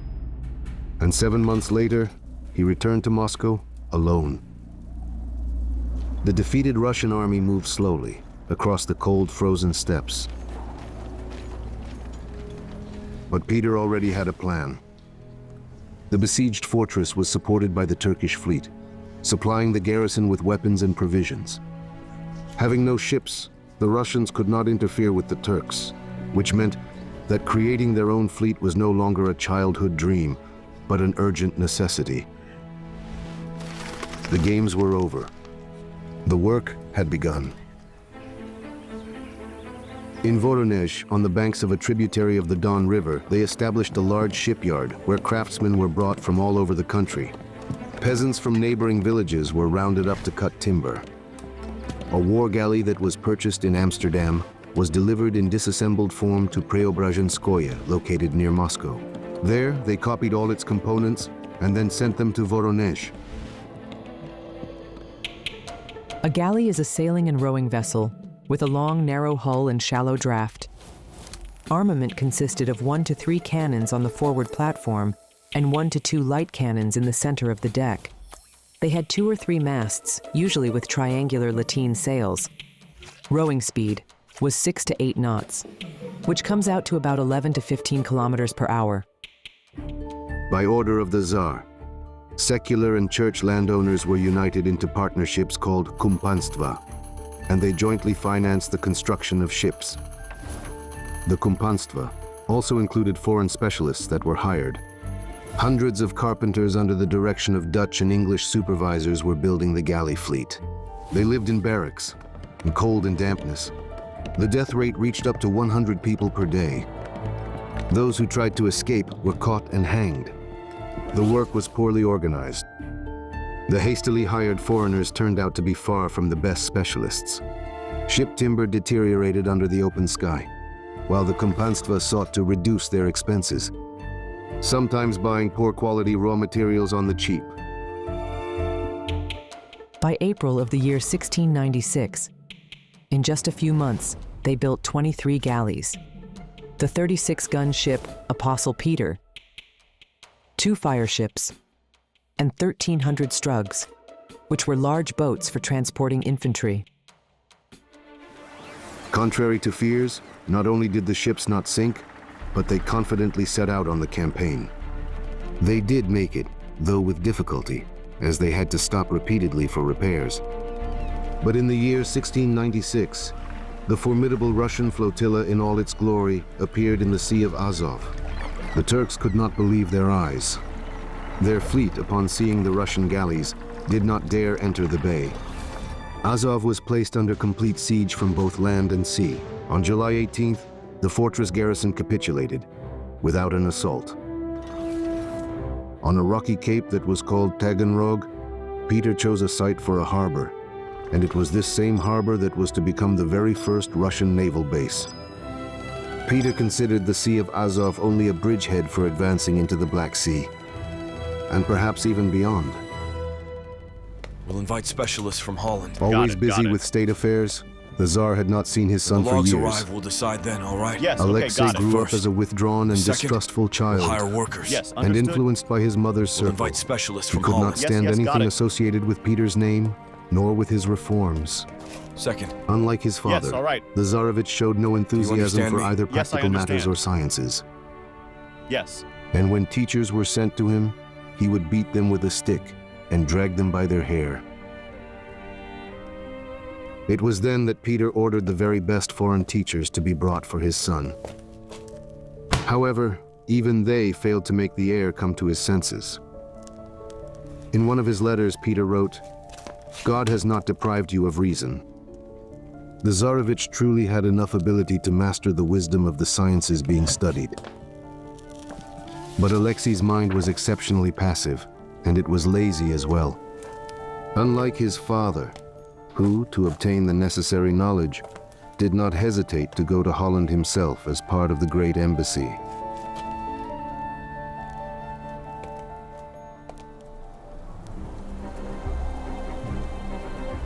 The official purpose of the great embassy was to find allies against the Ottoman Empire, while the unofficial purpose was to recruit shipbuilders and sailors for the Russian fleet. The Tsar traveled incognito, under the name of Sergeant Peter Mikhailov, as part of a group of volunteers. The very small town of Zaandam was one of the great centers of Dutch shipbuilding. Here, 50 shipyards worked, both day and night. A medium-sized ship was built in only 6 weeks. That's why Peter sought to come here. He wanted to learn how to build ships himself.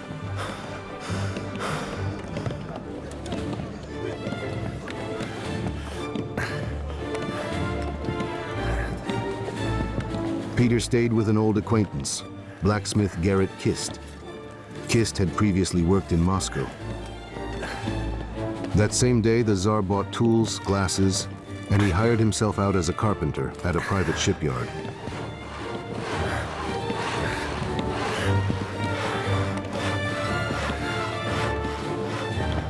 Then he moved to Amsterdam. At the ceremonial meeting, the burgomaster informed Peter that in his honor, the frigate Holy Apostles Peter and Paul had been laid down at the East India Company shipyard, 100 feet long.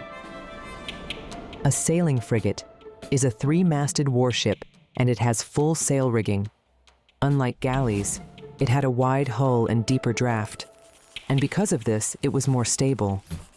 Artillery armament of up to 44 guns was positioned on gun decks along the sides of the ship. Frigates were built only at shipyards that specialized in their construction. First, every last part of the ship was drawn to full scale. On the slipways, vertical stems and beams were attached to the keel, and both ribs and frames were installed as well. Then the frame was planked both on the inside and on the outside, and all gaps were sealed. To protect against rot, the bottom was treated with a hot mixture of resin and tar. Crossbeams, called deck beams, were installed, on which the deck was laid. And then gun ports were cut into the sides. After that, the rigging and the masts were installed, and then the tackle, rope system, and sail equipment were all mounted. Peter worked in Amsterdam for 3 months. After he had completed these 3 months, he received a certificate from shipmaster Gerrit Klaas. I hereby certify truly that Peter Mikhailov has studied ship architecture and the drawing of plans thoroughly. And he now knows as much as we ourselves and understands these concepts. It was at this point that Peter persuaded Cornelius Cruys to go to Russia. Cruys was a Norwegian captain and he was very well known among Dutch sailors. On April 9th of the year 1698, Cornelius Cruys entered Russian service.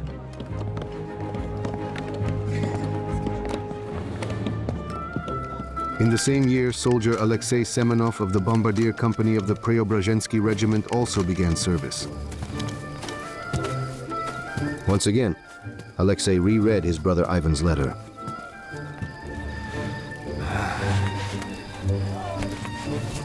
He wrote that having joined a Dutch ship as a sailor, he had already seen France and Denmark. And now, following the sovereign, he was planning to go to England. Is that how it is? Your brother gets to study the sea, while you, Alexei, march until you're blue in the face and water the cannons. Peter completely and utterly failed to find allies in the war against the Ottoman Empire. But on his way back to Russia, the Tsar agreed with Polish King Augustus to jointly act against the Swedes. Plans changed. The Tsar was now going to fight not for the Black Sea, but for the Baltic Sea. Despite having failed in its diplomatic mission, the Great Embassy succeeded quite well in its second task. Hundreds of foreign specialists, shipbuilders, gunsmiths, and navigators were all heading to Moscow. Cornelius Cruys arrived in Voronezh. He inspected the shipyard and then he reported to the Tsar that everything had to be started over. The ships that were built are only good for firewood, and timber should only be dried in covered sheds. It is crucial to use iron nails. It is also important to feed the workers meat and build houses for them. And be sure to hire good craftsmen instead of bad ones. There were dozens of more demands, conditions, and instructions. Peter considered it impossible, but the stubborn sailor stood his ground. During spring, under his leadership, 58 ships were repaired, and 60 new ones were laid down. The companies were abolished, and instead, a unified tax for ship construction and repair was introduced. Thus, 500 kilometers from the sea in Voronezh, a huge ship factory began operating, using the exact same model on which the rest of the country's shipyards would grow. Fyodor Matveyevich Apraksin took charge of the enterprise. He was one of the creators of the Russian Navy, as well as the first president of the Admiralty Collegium, which was the supreme governing body of naval affairs. In addition, Peter himself drew up the project for the country's main shipyard, the St. Petersburg Admiralty. In the courtyard were located the boathouses, facilities for ship construction with slipways. The slipways were inclined platforms for launching ships into the water. Nearby dry docks were being built, basins with gates. The ship was brought into the dock, placed on supports, and then water was pumped out of the basin. As a result, workers gained access to the exterior of the hull for repairs. The building itself housed warehouses, workshops, forges, and various services. Occasionally, the sovereign would visit Preobrazhenskoye. Ever since his wife Evdokia was imprisoned in a monastery by his order, his son Tsarevich Alexei behaved like a wolf cub. Peter understood. He held a grudge over his mother. But there was something else. Something alien in his gaze. And he couldn't decipher it.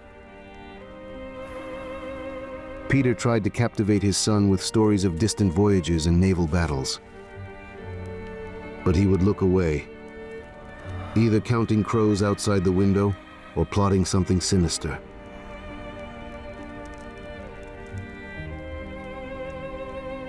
Mainmast! War, the formation of the army, and the construction of the fleet remained the Tsar's primary concerns. Top gallant sail! Gaff! And Peter would leave, just as suddenly as he had appeared.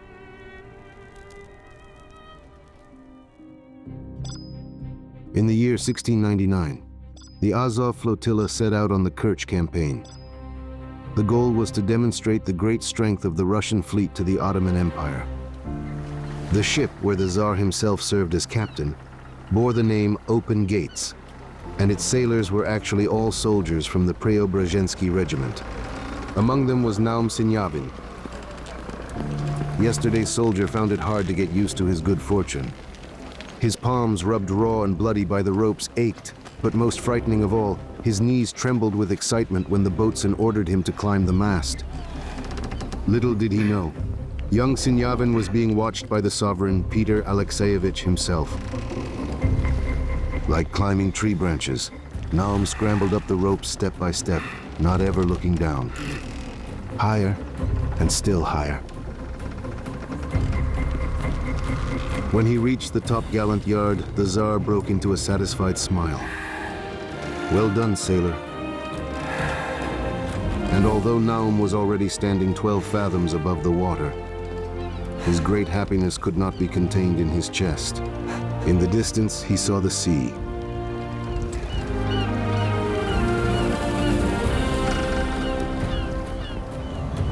Initially, ship crews were completely staffed by foreigners, as well as officers and soldiers from the Preobrazhensky and Semyonovsky regiments. Officers gave their subordinates the orders in Russian, Dutch, and English. Then the fleet began recruiting soldiers, most often from the Arkhangelsk province, since the Pomors had known the sea since childhood. By the year 1700, at least 1,000 Russian sailors served in the fleet.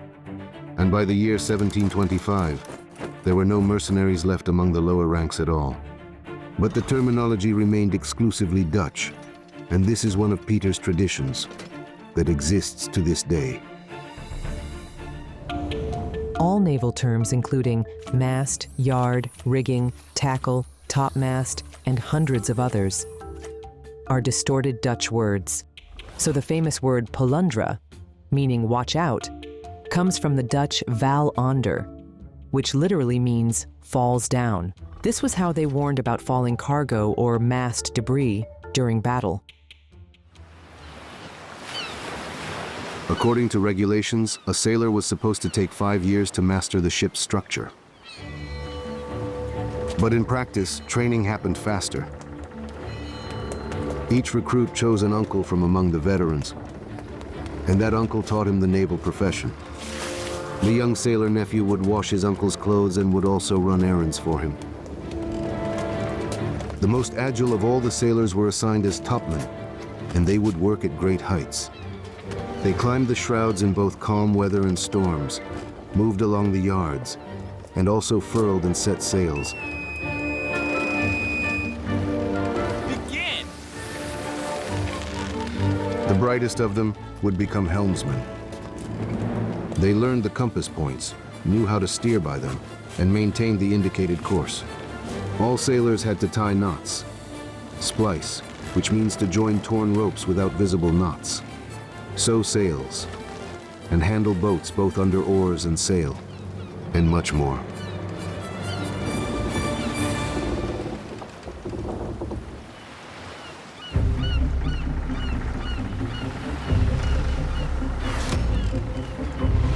Sailor Naum Sinyavin went through several battles. He was severely wounded, and at the age of 28, he rose to the rank of lieutenant. He was already commanding a 2-masted galley as part of the rowing flotilla, which was guarding the approaches to St. Petersburg.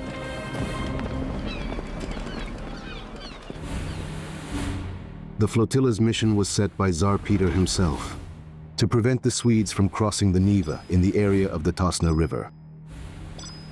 But they began building fortifications upstream, and all the Russian ships went there. At Tosna, they left a detachment of dragoons and 2 galleys on duty. One was commanded by English officer Lawrence, and the other was commanded by Naum Sinyavin.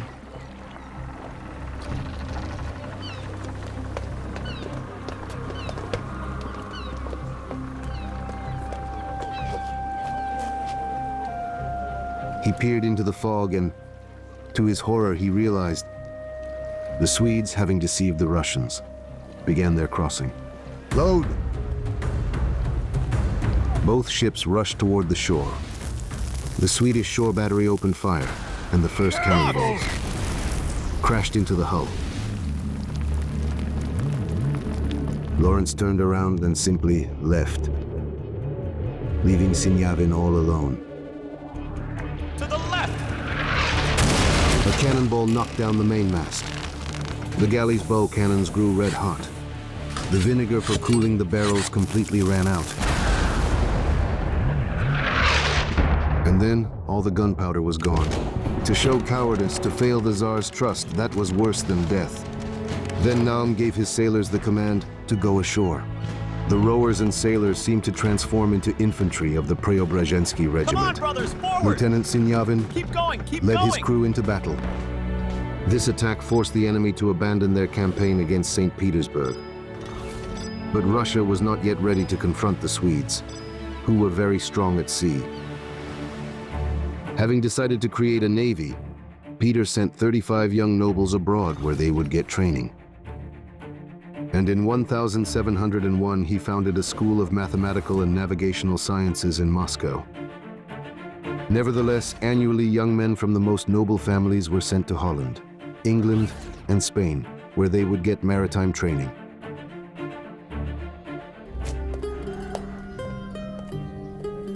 Despite Peter's best efforts, the young nobles were not overly eager to go into heavy naval service.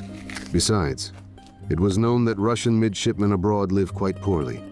They told about it themselves in letters they sent home. Master, it's time to get Kana up. paid for both tuition and maintenance. How dare you? But the money came with long delays. The young men hung around the city looking for a part-time job. Get out. Every now and then they would get into unpleasant stories, trouble.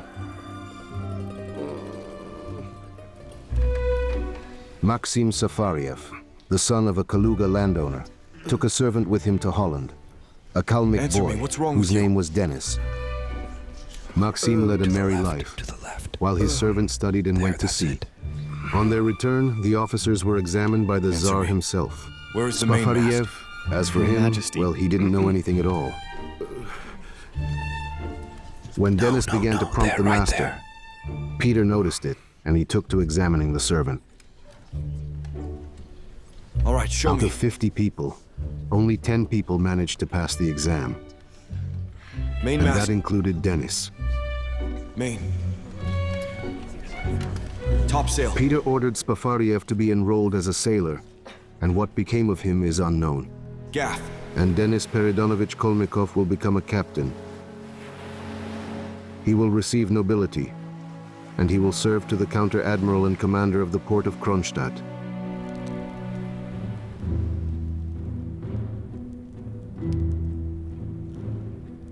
Thanks to Peter's efforts, Russia was raising the very first generation of its own naval leaders.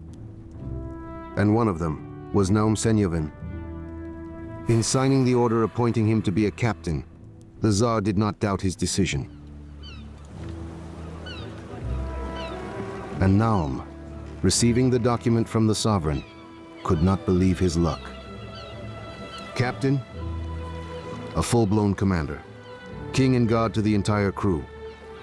He is responsible for the fate of both the ship and the entire crew. He enters the for fray. battle! He is the last to leave the deck, in the tragic event of a shipwreck.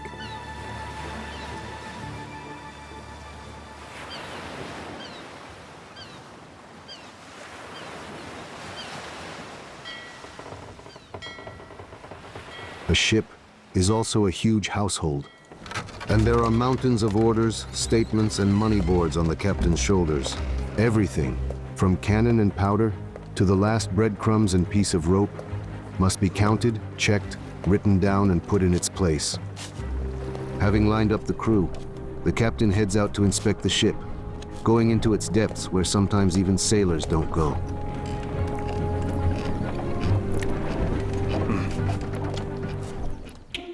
The lower ranks were located in the forecastle, that is, the bow.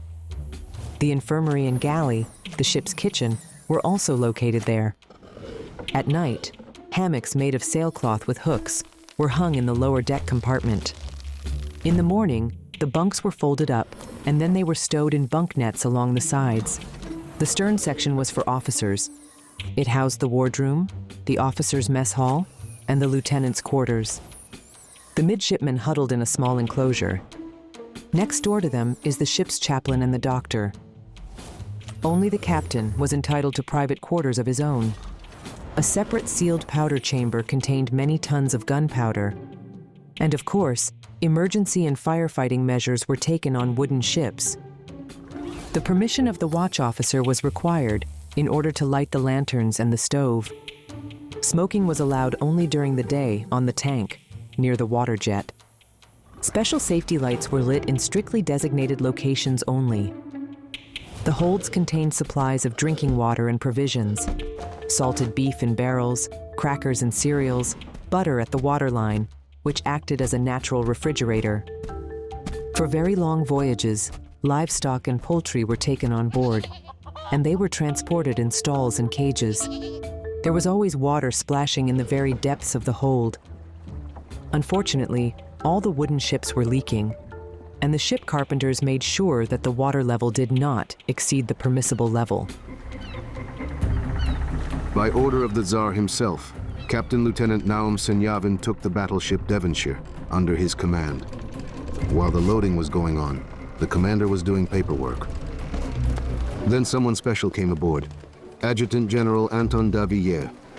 He was Peter's favorite, Menchikov's son-in-law, and an important person in general.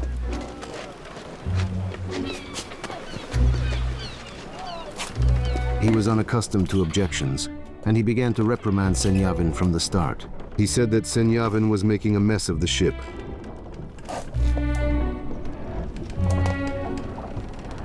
But Peter did not train his captains in such a way that they would listen without complaint to comments from outsiders, whoever they may be.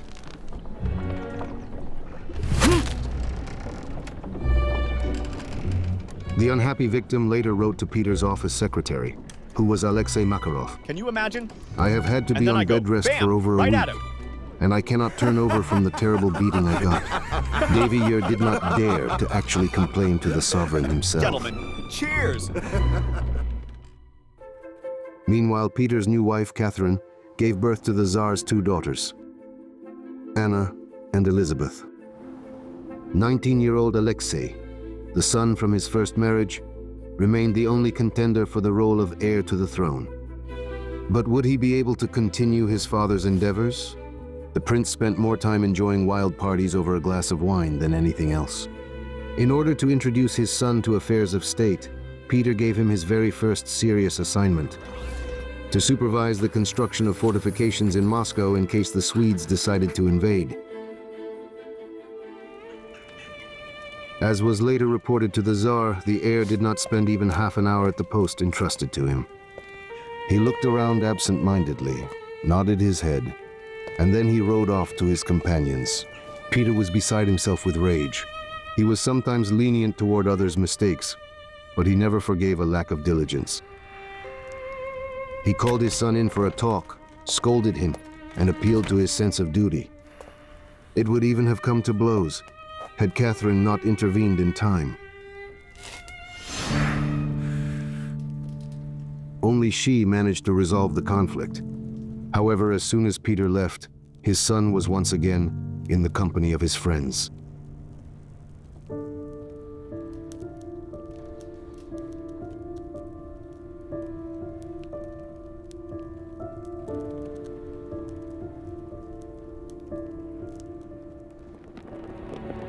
While diligently building the Russian fleet, the Tsar personally sketched the design of the St. Andrew's flag. On sailing ships, the length of the flag reached 4 meters, and in the wind, the banner roared like a siren. To lower the stern flag during a battle would have meant surrendering the ship, which was of course unthinkable. Captain Sinyavin's ship of the line Devonshire was entering the port of Hamburg when suddenly a local convoy sloop came to meet it. According to naval custom, all vessels must salute a warship that is flying the national flag. This is done by lowering their pennant. However, this sloop was in no hurry at all to salute the St. Andrew's flag. Captain Sinyavin signaled, demanding a salute to the Russian flag. The insolent German replied, "I don't recognize such a flag." Weapons ready for Sinyavin then battle. summoned the artillery officer. Prepare the guns for battle. Load it up. Gunpowder. Ramrod. Cannons at the ready. Fire! Fire! 2 Russian cannonballs flew past. The third hit the sloop's hull squarely, and its pennant fell into the water. From now on, remember that there is a Russian St. Andrew's flag. Captains of different nationalities sailed under the St. Andrew's flag. Peter needed experienced sailors, and the Tsar was not interested in their past. Thus, the Serbian corsair Matija Zmajevic, who was the scourge of the Turkish fleet, was ransomed from prison in Constantinople by the Russian ambassador. Peter personally examined the sailor, and he immediately promoted him to the rank of captain first class. Zmajevic expertly handled galleys, and it was on the galley fleet that Peter placed his main bet in the naval war with Sweden. In the Baltic skerries, narrow, shallow bays, galleys proved more effective than large ships. On June 21st of the year 1714, the Russian rowing fleet that was under the command of General Admiral Apraksin met a very powerful Swedish squadron belonging to Admiral Vatrang at Cape Gangut.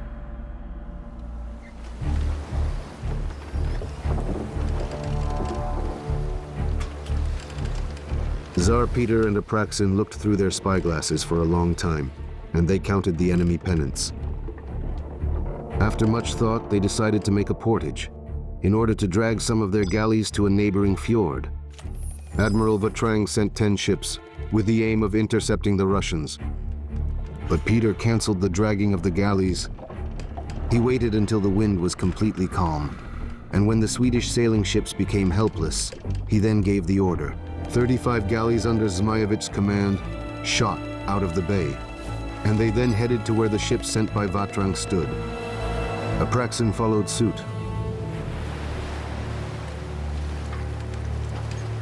Come on now, brothers! Let's move! Tsar Peter participated in the boarding attack under bullets and cannonballs, alongside the rowers and soldiers. All 10 ships of the Swedish squadron, along with the flagship Elephant, were now in Peter's hands. And thus ended the very first battle in the long history of the Russian Navy.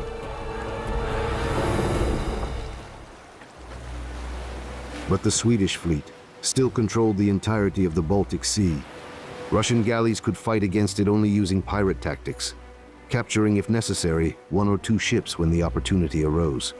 But for ultimate victory at sea, what was needed was not only boarding attacks, but large, well-armed ships, as well as extremely experienced and well-trained crews.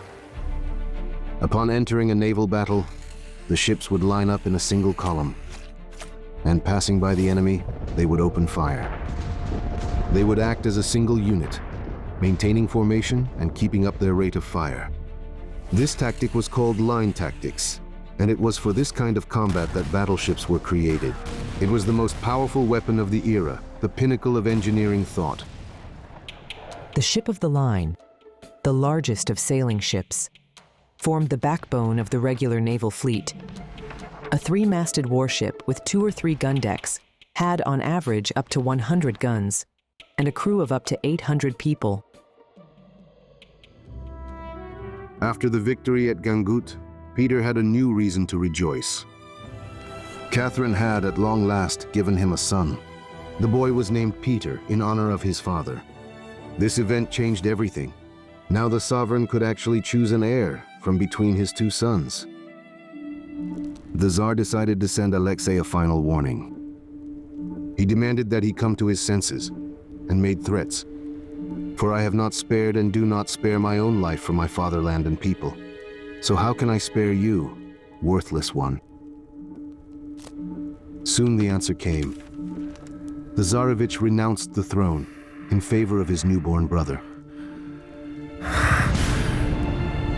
He wrote that he hoped his father would finally leave him alone now.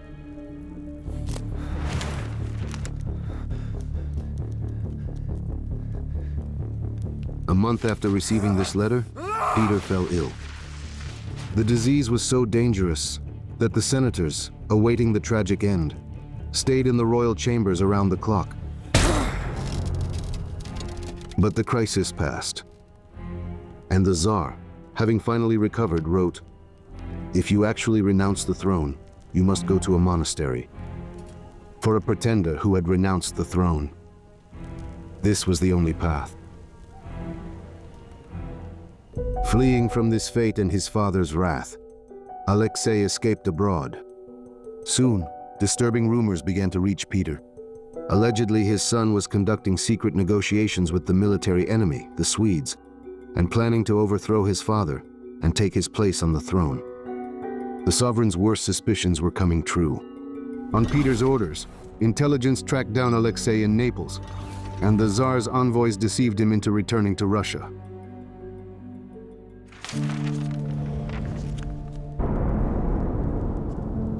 The Tsar expected that his cornered son would throw all his hatred in his face. But he dodged and squirmed, and he shifted all the blame for the betrayal onto his entourage.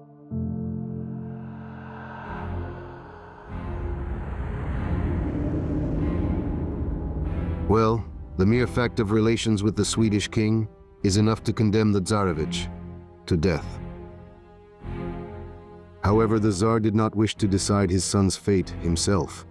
His sentence was to be passed by a commission that was composed of the highest officials of the state. Peter no longer felt anger or rage. All he really felt was a doomed emptiness in his soul.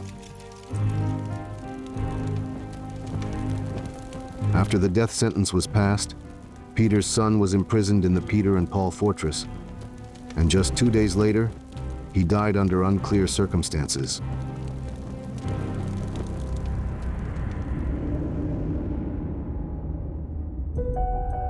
And a year later, not yet 4 years old, Peter and Catherine's son, little Peter Petrovich, died of an incurable disease.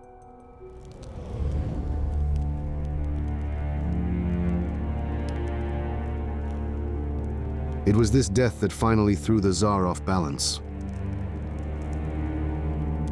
His grief was accompanied by terrible convulsive fits. Peter locked himself in his study, and for 3 days he received no one, and he refused any and all food.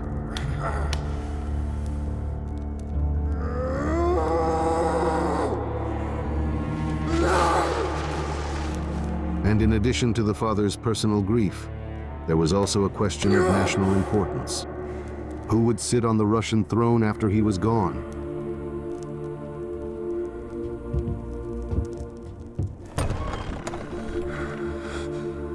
But the Tsar had to hide his feelings. Outwardly, the way of life in the country had not changed at all, and the war with Sweden was approaching a victorious conclusion. At the end of May of the year 1719, near the island of Ozel, a Russian squadron consisting of 6 ships of the line was stationed. It was tasked with both finding and neutralizing a Swedish convoy, which was known to be escorting merchant caravans.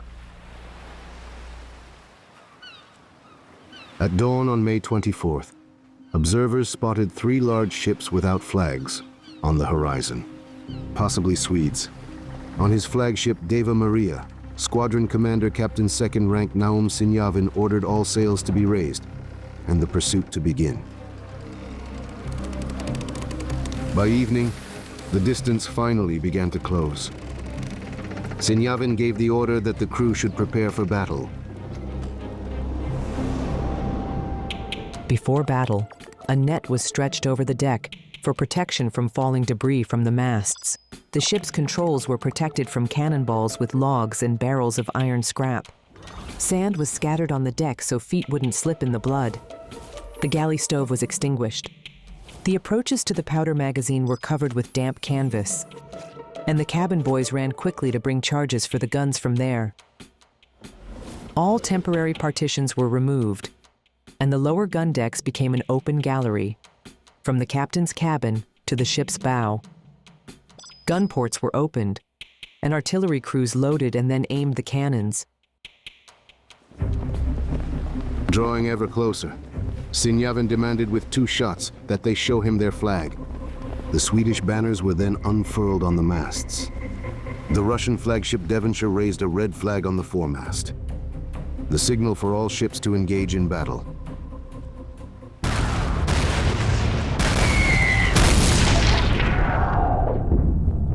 Cannonballs smashed the hull planking, tore sails, and broke the rigging. Sharp splinters flew in all directions. But sailors, gunners, and officers did their duty.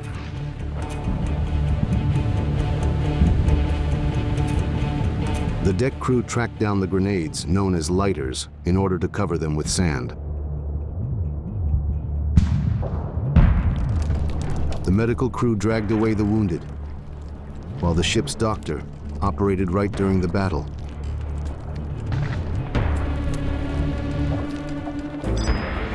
Portsmouth completely lost control and was immediately attacked by a Swedish frigate and brigantine. Sinyavin on Devonshire broke from the line, made a sharp turn, and opened fire with grape shot, all at close range. A barrage of lead bullets swept away everything alive on deck. The frigate, followed by the brigantine, lowered their flags, while only the enemy flagship was escaping. But only 3 hours later it was caught and forced to surrender. The Russians were able to capture the 52-gun ship of the line Ackmeister, and they also managed to capture the 34-gun Karl Kron Vapin and the brigantine called Berngardos. They captured 387 men, along with Captain Commander Wrangel. About 50 were killed and another 13 were wounded. Russian losses amounted to a total of 9 killed and 9 wounded. Amazingly, the Russian fleet's very first artillery duel ended in its first victory.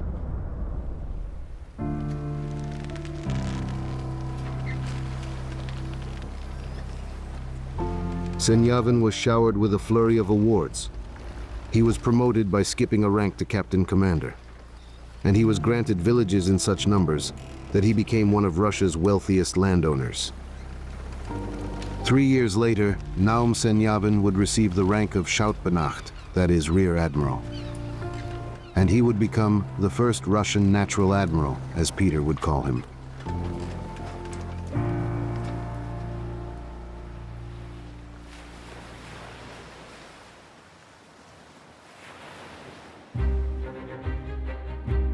As early as the year 1703, with the capture of the fortress of Ninshans, Russian troops established themselves on the shores of the Gulf of Finland. Peter created the imperial standard. On the golden cloth, a black double-headed eagle under 3 crowns held 4 maps in its beak and talons. They were maps of the White Sea, Caspian Sea, Sea of Azov, and Baltic Sea, and they symbolized that henceforth, the Russian Tsar was the lord of 4 seas. The new victory of the Russian fleet over the Swedes at Grengam Island and the signing of the Treaty of Nystad, which ended the Great Northern War, secured the conquered Baltic territories for Russia. The long-awaited access to the Baltic Sea. And 2 months later, Peter accepted the title of Emperor of all Russia from the senators. It was then that Russia became a maritime empire. In just a few years, Peter managed to create a fleet and raise a generation of Russia's first admirals. Once he had dreamed that his sons Tsarevich Alexei and Peter would share his passion for the sea and continue their father's work, but it was not to be. The entire Russian squadron lined up for the parade, which would be viewed by the sovereign emperor himself. But instead of a battleship, a small old boat came to the roadstead, once found in the Izmailovo barn. On board the boat there were admirals of the Russian fleet, including Rear Admiral Peter Mikhailov, His Imperial Majesty. The boat's stern cannon fired a shot with a loud bang, In response, a salute from the main caliber guns thundered over the Baltic. From the boat, the Emperor looked up with his head raised. Leaving the past behind, he looked to the future, to where the sides of the ships he had built rose in the gunpowder smoke.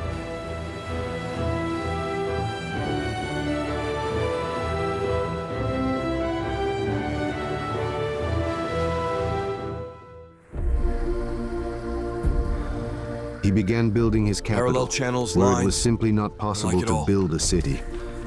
He conceived and designed the capital himself. He rebuilt it many times and forced everyone to live exactly as he envisioned, and no other way, at the cost of enormous sacrifices, on deadly swamps, and under the assault of devastating floods. Russia's first planned city would rise. Along arrow-straight streets, stone houses would stand next to each other in neat rows. The embankments would be clad in granite. Many squares would open up, and the tall spire of the Peter and Paul Cathedral would pierce the sea fog, like the mast of a massive ship that was sailing into the future.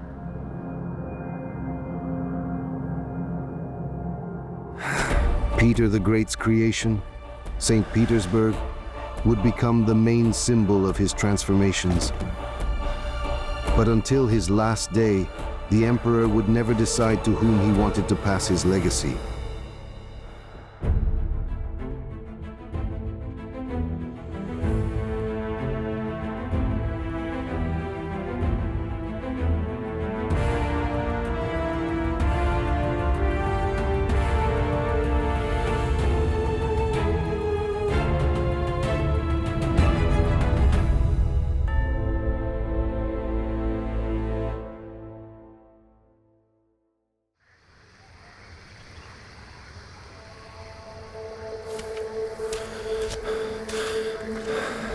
It was a fair day. The Tsar was in excellent spirits. They quickly determined the correct location for the Bastion and Ravelins. But Peter wished to inspect the neighboring islands as well. He was delighted. A true paradise, he said. It smells of the sea. By that time, the Tsar had managed to visit both England and Holland. Their capitals are built on water, and not by accident. Where there's sea, trade flourishes and people become This will be enlightened. paradise. It's decided. Prospect will go there. Right here, Danilich. You'll build Here, me a house. build the fortress. Do you Menshikov, understand me? his Yes, old yes, very comrade, had good. doubts. There will be paradise. What house, mein Here, Herz, there. will drown? Everywhere. The Tsar acted as if he didn't hear. And where you're standing, we'll build you a palace.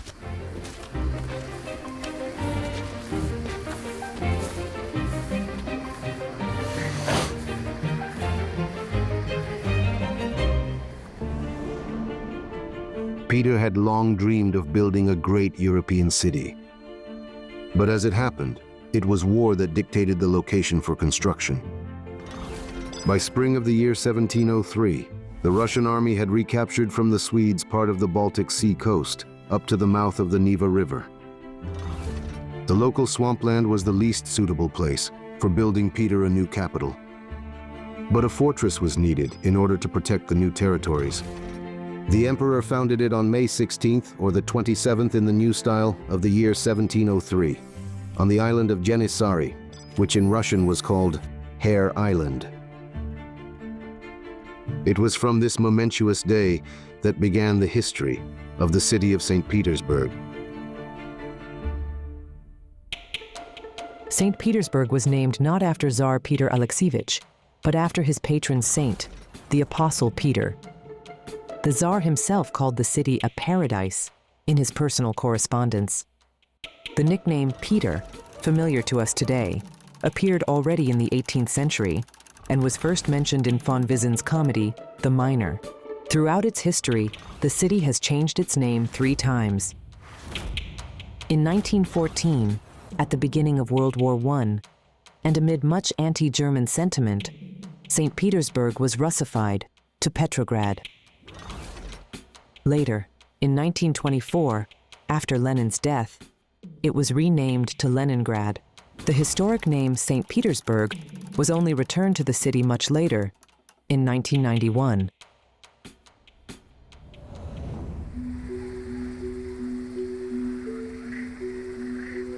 The very first inhabitants of the not yet built city were its builders. Soldiers who had been transferred from neighboring fortresses began the work. Then peasants from surrounding villages, workers, captured Swedes and Tatars. They were all brought to the Neva in organized groups, and for the heaviest work, they brought in convicts. Now, criminals were sent to build St. Petersburg instead of to Siberia.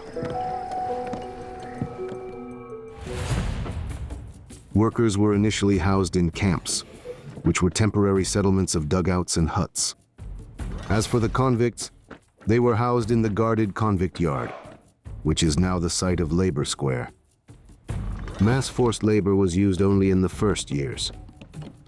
Later construction mainly employed hired workers as well as craftsmen, for whom log houses were built. They worked in shifts, 12 to 15 hours per shift, and were on rotation for 2 to 3 months. Wages were exactly 1 ruble per month, while the monthly subsistence minimum was 17 kopecks. Working and living conditions were harsh: constant cold, dampness, unsanitary conditions, and poor nutrition. According to rough estimates, at least 100,000 workers died from disease and exhaustion during the construction of St. Petersburg. Peter didn't think long about who to put in charge of this construction. All right. Danovich had more than enough zeal for 10 men or even more. Your zeal is He enough for 10 never men. asked for favors, Yes, never that's the cited way Peter circumstances. You'll get it all with an done. iron grip on But not everything. Impossible tomorrow, orders today. simply didn't exist for Well him. then, what do you say, Pyotr Alexeyevich? Well done. Upon appointing Menshikov as governor general Well of the done, well future done. city, the sovereign Look, had no doubt They've brought fresh timber. he'll definitely pull it off. The best quality. Alexander Danilovich Menshikov came from a humble family. According to one version, he was the son of a groom. According to another, a baker. From age 14, he served in the Tsar's toy regiment, where he quickly won Peter's trust, became his valet, and then became his closest companion and one of the leading figures of the state. The Tsar called him Alexashka, my dear friend, brother and son of my heart. During the Northern War with Sweden, Menshikov commanded large forces of infantry and cavalry, while remaining Governor General of St. Petersburg. Building any structure in Petersburg required dozens of times more effort than building a structure anywhere in the rest of Russia. The marshy soil was drained by hand, and they dug canals to divert water. The excavated soil was used to fill the lowlands. For the foundation, it was necessary to reinforce the soil with piles, and the piles had to be driven into frozen ground so that they wouldn't float away. The shifting ground and the vast abundance of water would create problems throughout Petersburg's entire history.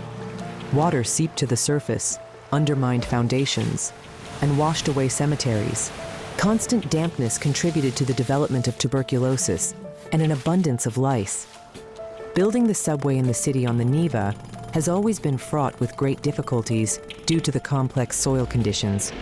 A powerful quicksand, which is a section of liquefied soil, caused tunnel erosion and flooding twice, both in 1974 and in 1995. The consequences were finally eliminated, but only much later, in 2004. Initially, St. Petersburg was called a naval headquarters, and Peter's stay there was designated in documents as a campaign.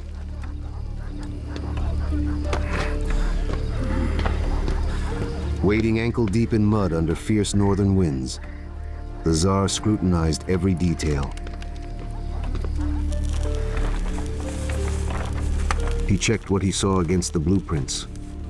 At the sight of the slightest mistake, he would curse so violently that even the seasoned Menshikov's heart sank into his boots.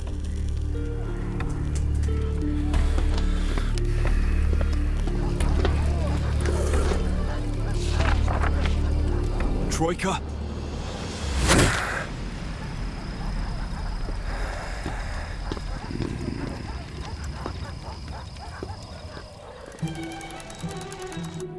Despite all the difficulties, by the autumn of the year 1703, in a fantastically short time, The Peter and Paul Fortress was erected on Hare Island, which is now the historical center of the city and one of its most recognizable symbols.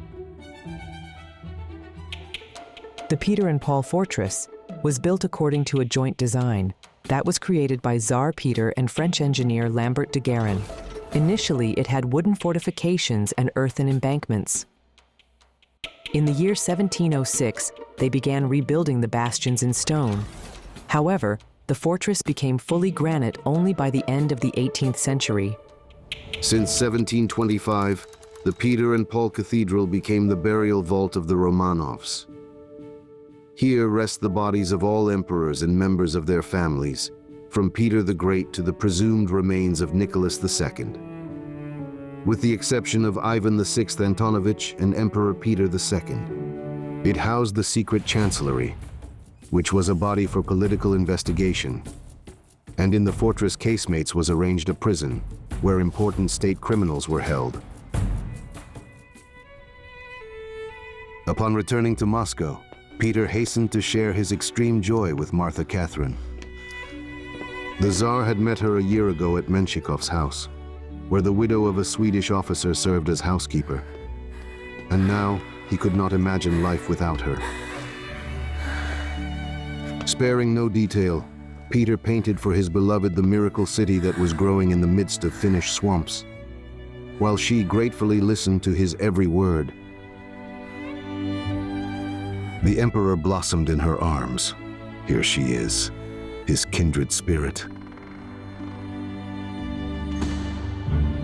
The construction of Petersburg proceeded at a rapid pace.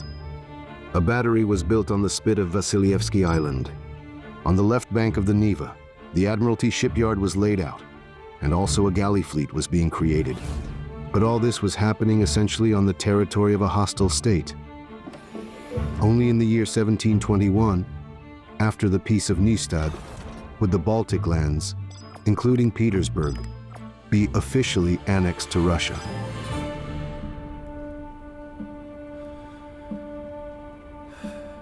Meanwhile, the Northern War was in full swing, and the Swedish fleet had blockaded the mouth of the Neva from the sea. No ship would be able to break through to St. Petersburg. The city from which Peter intended to trade with all of Europe found itself in complete isolation, and few people even knew about it. All of this is in vain. Nobody needs this city. I'm so sick of everything. I could hang myself.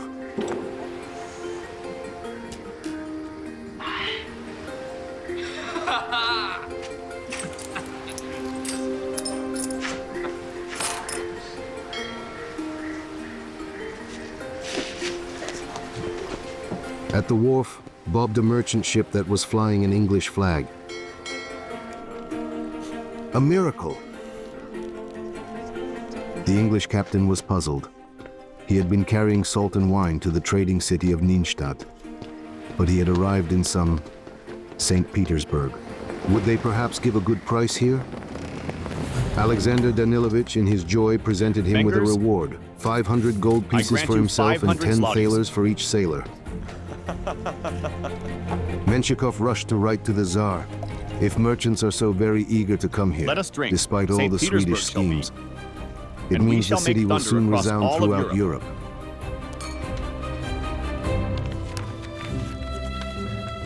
Peter, upon receiving this news, was so delighted that he ran to boast to his dear Catherine. You see, He ordered that Russian merchants should be informed that they could bring their goods to St. Tell our Petersburg merchants to for start export exporting trade. goods. You see, it'll all work out. However, merchants stubbornly traveled to Arkhangelsk, where the English and Dutch arrived by sea. Everything had been established there for centuries. Convenient roads from central Russia to Arkhangelsk were laid out, with inns and warehouses. Then Peter issued a decree ordering the most popular goods to be shipped not to Arkhangelsk but to St. Petersburg. The overland roads leading to the Baltic were completely unsuitable for trade caravans consisting of heavily loaded wagons. A traveler heading to St. Petersburg in the autumn or spring could count several dozen horses that had drowned in the swamp. and which were still in their harnesses. Those goods that did make it to the city on the Neva, they rotted in the warehouses of Trinity Wharf, simply because there was no one to sell them to. Foreign ships could not break through the Swedish blockade. In 7 years, between the years 1703 and 1710, only 3 ships reached St. Petersburg. Only after the Treaty of Nystad in the year 1721 would foreign ships come to St. Petersburg, and they would come in such numbers that Trinity Wharf would not have enough space for mooring.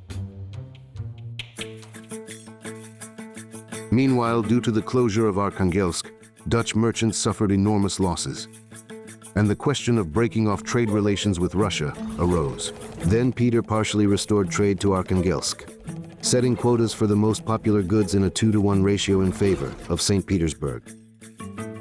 But within just a few years, the quotas had to be revised yet again in favor of Arkhangelsk. During these years, many Russian merchants went bankrupt, and export trade continued to drain raw materials from the country at dumping prices.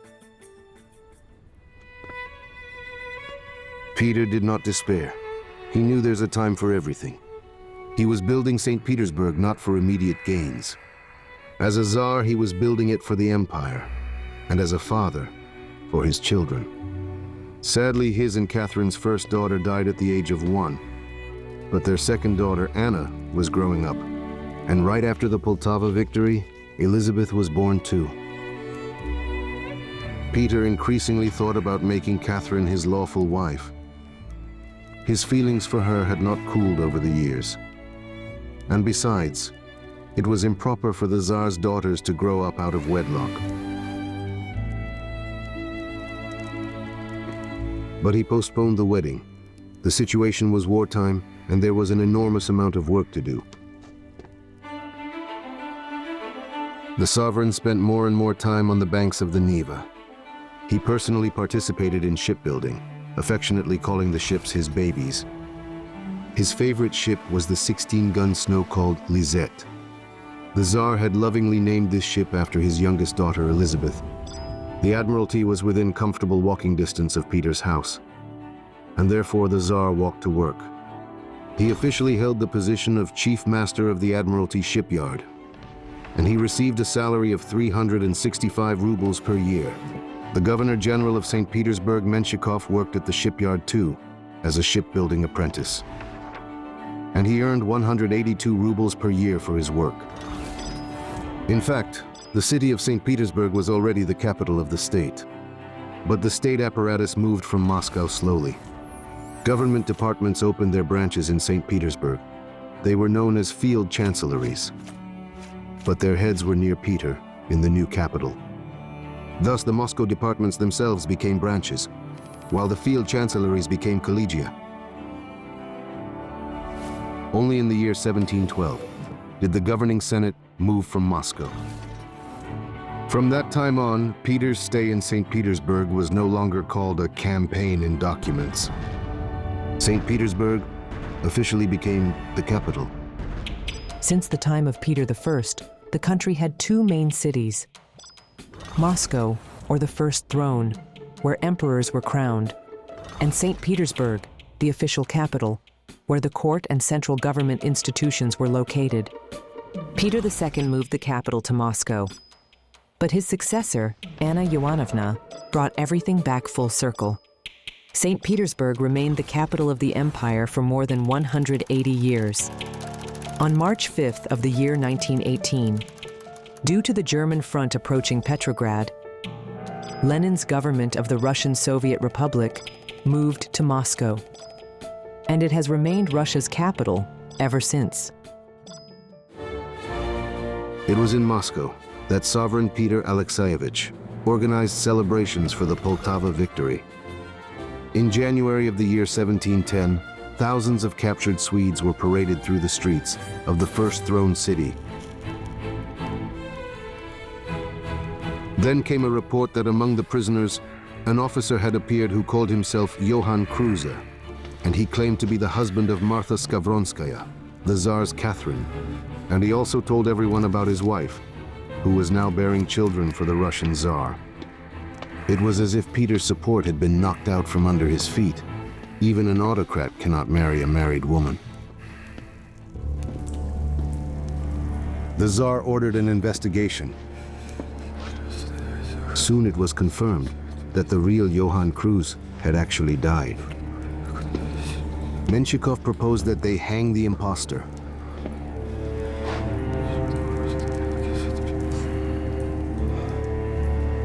Peter decided to spare him. And in order to discourage other people from talking, he sent him to Siberia to be permanently exiled.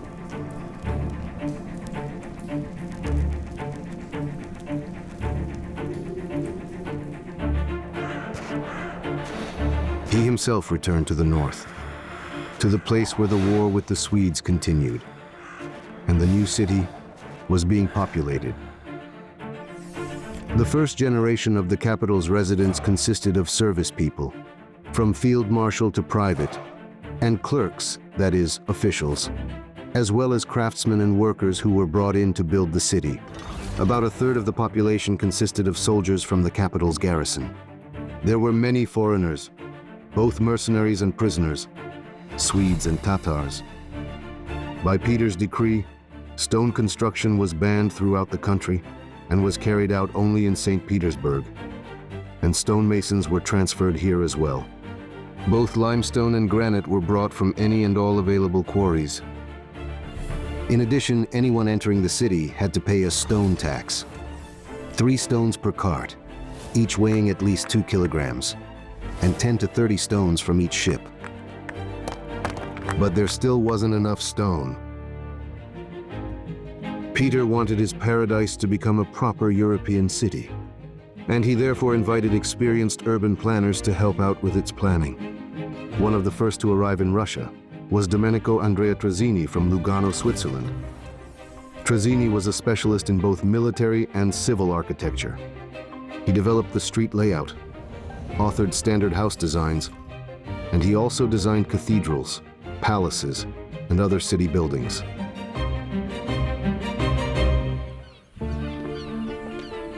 Here it is, Peter Alexeyevich. Architect Trazzini didn't disappoint. A house in the Italian style. Peter Alexeyevich, When I first saw it when he myself, saw the palace I in couldn't the believe my Italian eyes. style, Look at the windows. couldn't believe his eyes. Big windows. He solid rejoiced panes, like a child, lots of touching light. everything with his hands. And inside, on the walls were tapestries, Inside, mirrors, Peter Alexeyevich. Italian furniture, Tapestries on the walls, large mirrors. windows I'll with bring in solid foreign glass furniture, panes. crystal, gold. And then, as if on cue, the cannons thundered. The Swedes! And that ended the palace tour. Alexander Danilovich did not get to show off to his heart's content. What a disaster it was, a mess everywhere.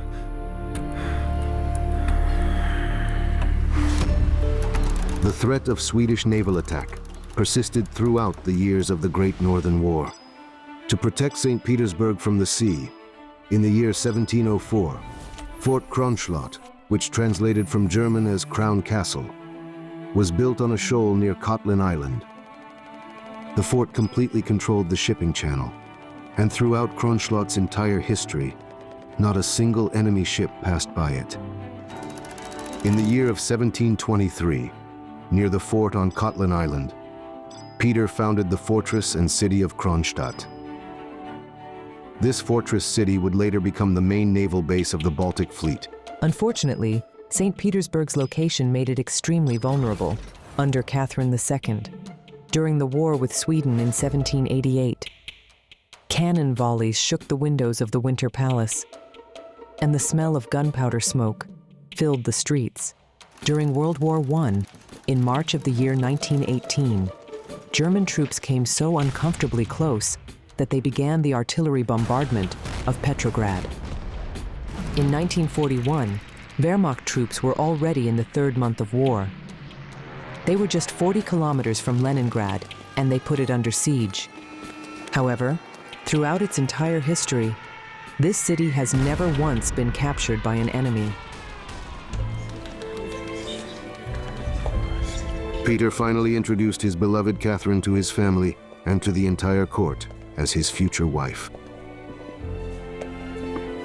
The Tsar had no time to marry immediately. he was preparing for a campaign against the Turks. Menshikov did not really believe that the sovereign with his violent temper would be tamed by his wife's hands. But it was heartening to look at the happy Tsar.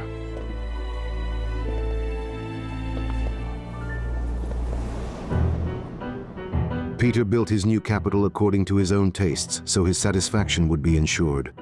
He strictly monitored that construction would only use prescribed materials and that it followed prescribed designs. The traditional Russian layout, where the house was located in the middle of a courtyard with service buildings and vegetable gardens, was forbidden. Houses were ordered to be built along the building line and not in the middle of their courtyards. That is, all houses had to stand adjacent to each other, with facades aligned. And a small space for courtyards was allotted only behind the house. This courtyard was built up with other residential and utility structures. And over time, these structures grew taller and taller. This is how the famous St. Petersburg well courtyards came into being. The difference from Moscow can still be felt today.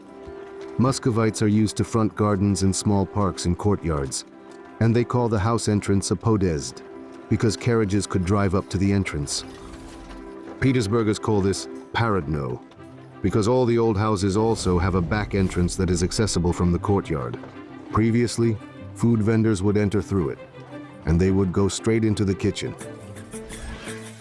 Provisions in St. Petersburg were sold not on every corner, as in Moscow, but in specialized markets.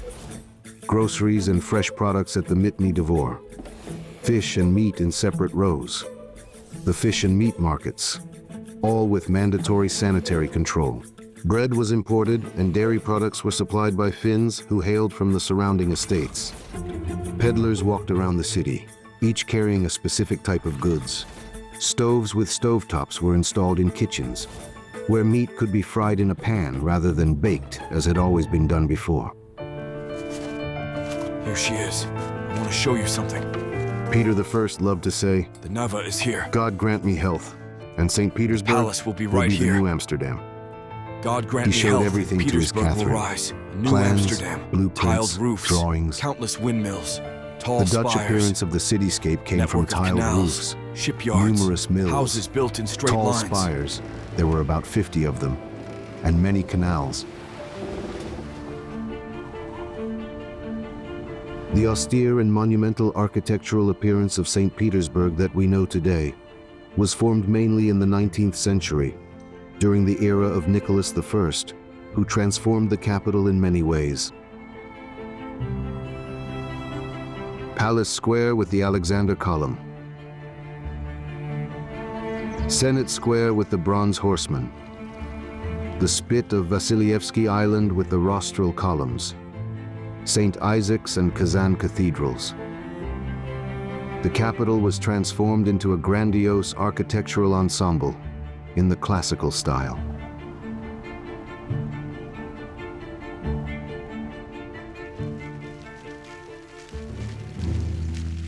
Originally, the city was built in the restrained style of so-called Petrine Baroque, and it was designed to be viewed from the water. Peter dreamed of transforming small sailing vessels into the main form of transportation within the city. A private shipyard was available for both their construction and their maintenance. Peter distributed small vessels to the city's residents, and he required them to participate in water assemblies once a week.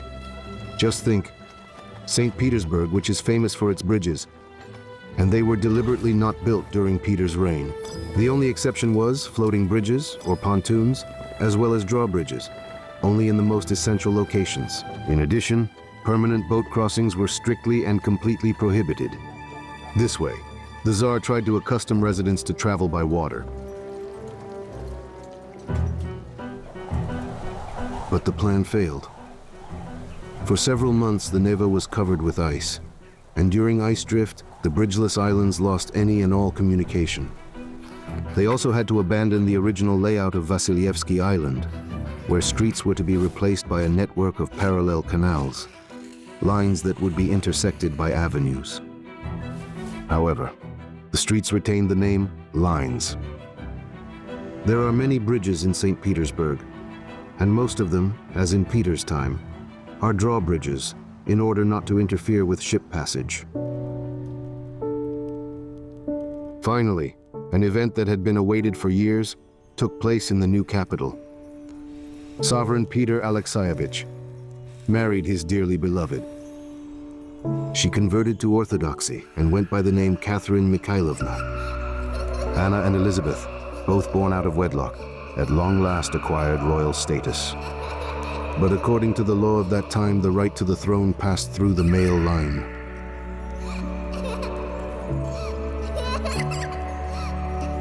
The sovereign did not give up hope for the birth of a son, to whom he could pass on without hesitation everything he had achieved during his years of reign.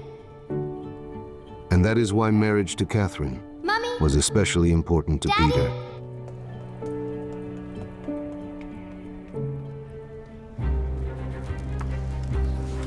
So, avenue lines will what had run recently perpendicular, seemed like here bold and here. fantasies was finally becoming reality. The city founded by Peter grew and filled with ever This more part is new already inhabitants. built. Why not? Unfortunately, Why? along with it, grew the number of concerns that fell on the Governor General's All right shoulders. then. Menshikov Parallel oversaw canals the with improvement streets of the intersecting capital, them. We'll call those cleaning streets the lines. canals around the Main road Admiralty, will go right through here. reinforcing from the banks of the Admiralty and Neva, beyond. Very good. and laying roads. Seeing how the northern capital was being transformed, the sovereign's You mood did brightened. everything right. Well Good. done, He Very was good. very Thank generous you. with rewards for Alexander Danilovich. The main entrance road to St. Petersburg became the so-called Nevsky Proseka, from the Alexander Nevsky Monastery to the Admiralty. The perfectly straight road was laid through forest and swamps, by monks of the monastery as well as Swedish prisoners, paved with stone, with 4 rows of birch trees planted along the roadsides. Later, the Proseka became known as Perspective. And then from 1781, it became known as Nevsky Prospect. Nevsky Prospect is a whole 4.5 kilometers long, which is almost 3 times longer than Tverskaya. And for a very long time, it remained the longest street in Russia. Nevsky Prospect was the very first place in the country to receive street lighting, which consisted of oil lamps with benches placed beneath them. In the 19th century, Nevsky was built up in the style of high classicism, and it became a unique ensemble avenue, the grand facade of the empire. The Soviet authorities renamed it to October 25th Avenue. But a quarter of a century later, on January 13, 1944, the exact day before the operation to lift the blockade began, the historical name was restored. Modern Nevsky Prospect, St. Petersburg's main street, is part of the highway connecting the two capitals, from Red Square to Palace Square, and it is the only street in Russia that, in clear weather, can be seen in its entirety for several kilometers. St. Petersburg's streets were paved with wood. Wooden planks were laid over logs. The embankments were built on piles, and each pile had wooden planking laid on top. They would be clad in granite only in the second half of the 18th century. And under Peter, the only stone embankment was in front of his summer palace. The construction and maintenance of embankments, as well as pavements and street oil lamps, was the exclusive responsibility of property owners. In addition, everyone had to plant linden trees in front of their house. This is how the greening of St. Petersburg began.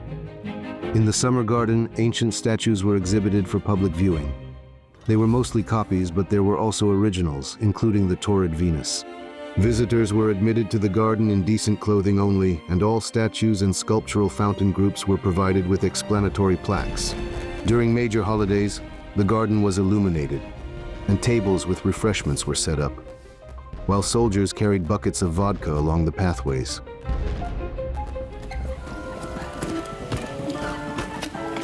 Since he was growing tired of military and state affairs, Peter found a new outlet for himself.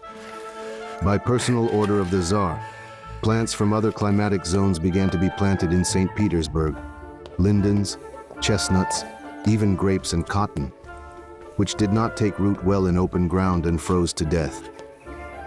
Peter devoted himself to this passion with fervor, and he started spending less and less time with Catherine. She tried to attract her husband's attention. She sighed meaningfully. She asked leading questions, Finally, she would go off to her rooms in hurt. But the sovereign seemed not to notice. The center of urban and commercial life became the square by Trinity Church, near the wharf of the same name. There, in front of the long building of the Collegia, imperial decrees were announced. And at the trading rows, bids and contracts were announced. Military parades were held on the square during holidays, in which Peter himself invariably participated in his Preobrazhensky regiment uniform. And afterwards, he feasted noisily at the Tavern of the Four Frigates. After each toast, the cannons of ships moored at the wharf fired salutes that made the walls of the surrounding buildings tremble. In the Collegia, window repair was a separate expense item. The window repair was recorded in the expense book as follows, from which during victories and by weather the glass was broken out. The entire city was like his vast estate, where he ruled at his own discretion. And he consistently interfered not only in the professional, but also in the personal lives of his subjects. By order of the Senate, the main police chancellery was formally established. Under the police chief's command were allocated 10 officers, 20 non-commissioned officers, and 160 good soldiers. The police's powers were extensive. They monitored everything, from the layout and appearance of houses to the condition of cesspools. For throwing filth and garbage into the street, the whip and hard labor. And for selling stale vegetables and dead animals at the market, also the whip and hard labor. Merchant scales had to bear an official stamp. Fake scales carried a heavy fine. Homeowners were required to inspect the pavement in front of their houses every single day, and to repair it in a timely manner as needed. Furthermore, the fire service was also under the police chief's jurisdiction. Besides the fire brigade with its pumping engine, a system for fire alerts and firefighting was created. Citizens had to rush to the signal with axes and fire hooks in order to help the firefighters. To protect against fires, it was forbidden to build private bathhouses, only public ones. Homeowners were required each and every month to clean chimney flues, coat ceilings with clay, and monitor the condition of fire ponds. Bread was allowed to be baked only on Thursdays and Sundays, and only if there was no heat or wind. At night, a patrol team led by a sniffer, Warrant Officer Strukov, went around and literally sniffed out those who were secretly baking bread or heating bathhouses. A permanent curfew was in effect, from 10 p.m. in summer and from 8 p.m. in winter. Only military personnel and midwives with special documents could move around the city at night. The financing of the grand construction project, like the reforms and wars, came from tax increases. Peasants paid 74 kopecks for each male subject. In contrast, townspeople paid 1 ruble and 20 kopecks. The taxpayer rolls now included those who had never paid taxes before, peasants of the north and Siberia, residents of ethnic borderlands and the Volga region. Amazingly, the revenue side of the budget tripled. The army consumed about 3 million a year. And in St. Petersburg, the budget of the city chancellery alone amounted to 162,500 rubles in the year 1722.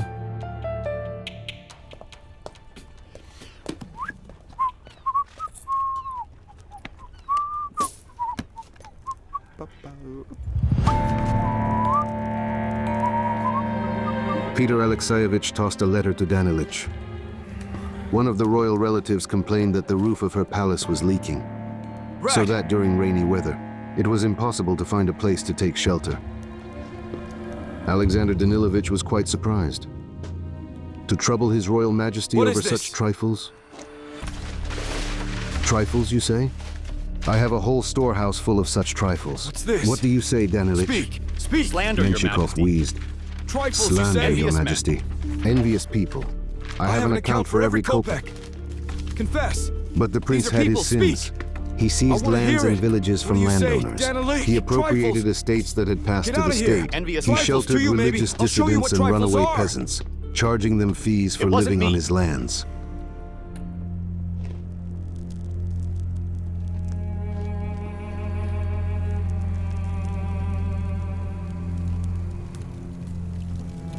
Peter even lost sleep over it.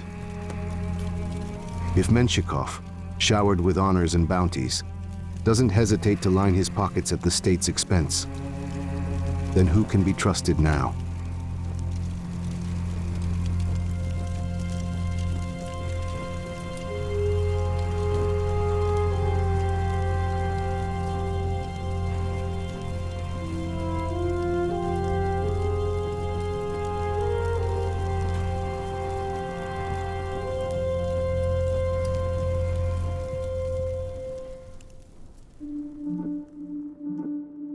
Embezzlement and corruption in Peter's time sometimes reached unprecedented proportions. Out of every 100 rubles of taxes collected, at best only 30 reached the treasury.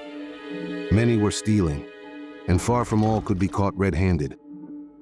Peter established the Fiscal Service, a specialized supervisory body. Its main task was to prevent damage to the treasury and abuses by high officials.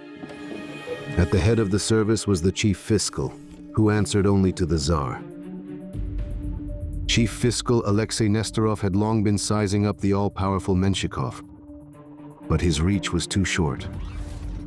So he began investigating the abuses of Prince Matvei Gagarin, the Siberian Governor-General, who was rumored to be protected by His Serene Highness.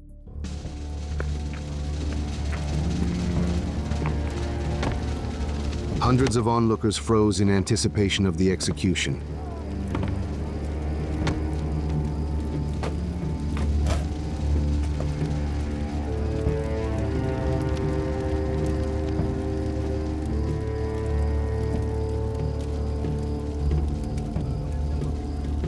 The drumbeat fell silent.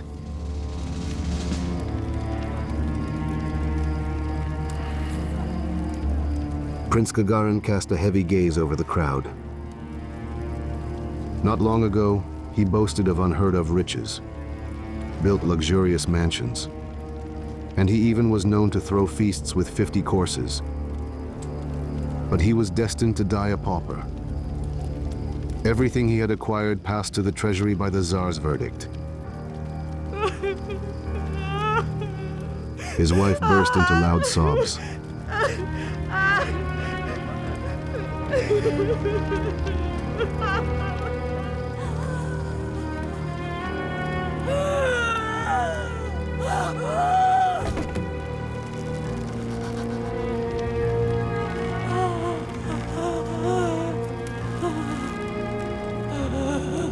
Peter looked sternly at Alexander Danilovich. Was the hint, he seemed to say, well understood?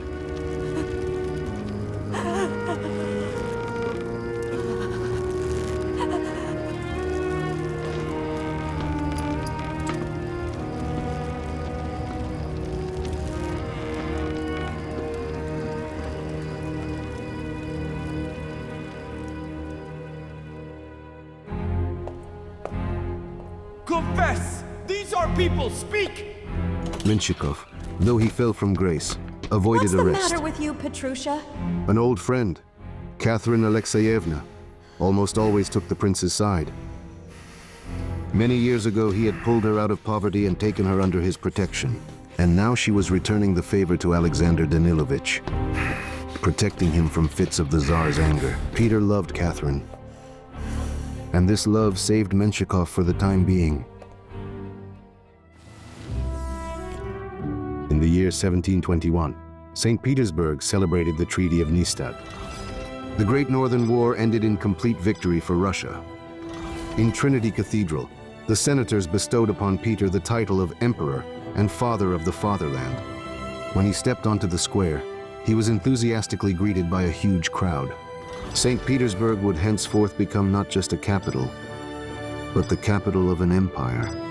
The festivities continued uninterrupted for 7 days, with masquerades, balls, illuminations, and fireworks. And Catherine also became empress.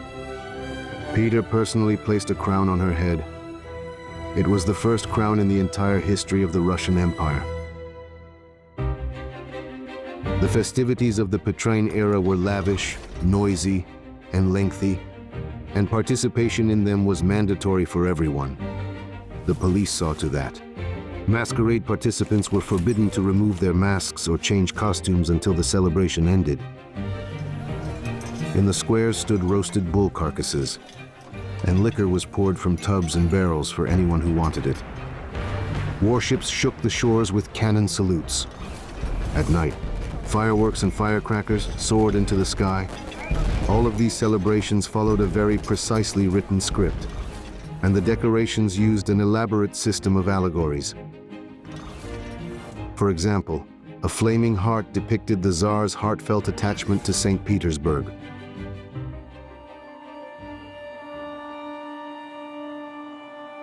On November 5th of the year 1721, exactly 1 week after the Treaty of Nystad celebrations ended, all the decorations were washed away. Another flood occurred.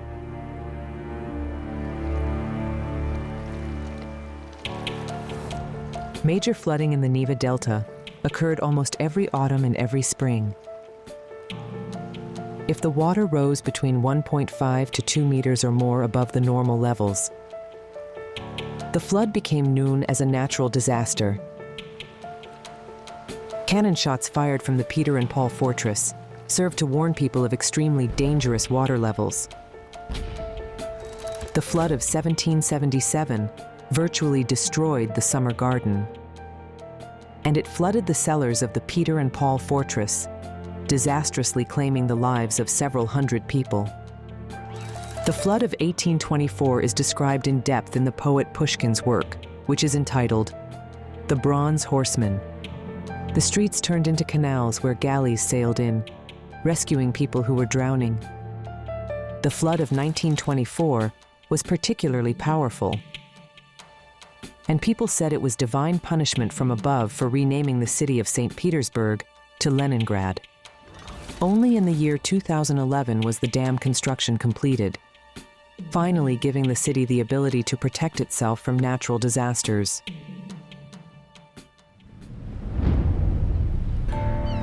Alexander Danilovich watched as water flooded the embankments, and logs carried by the waves crashed against windows and house walls. But what did St. Petersburg matter to him now? After yet another denunciation, the sovereign's patience snapped, and he dismissed Menshikov from his position as Governor General. The prince understood. This was only the beginning. Wasn't the fate of Matvei Gagarin now awaiting him?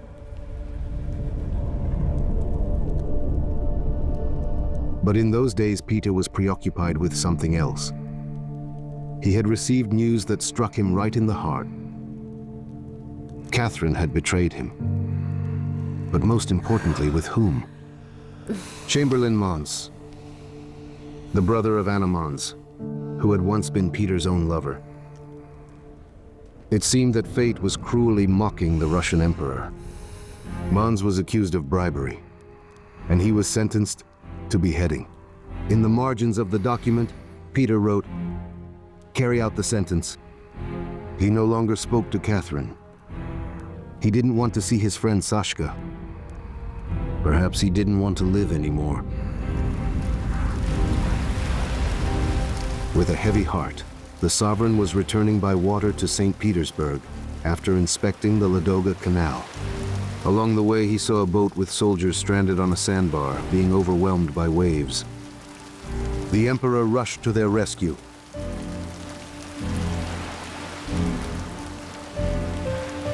While saving human lives, Peter fought to the very end, as if he were trying to overcome the raging elements on his own. But this heroic act had fatal consequences.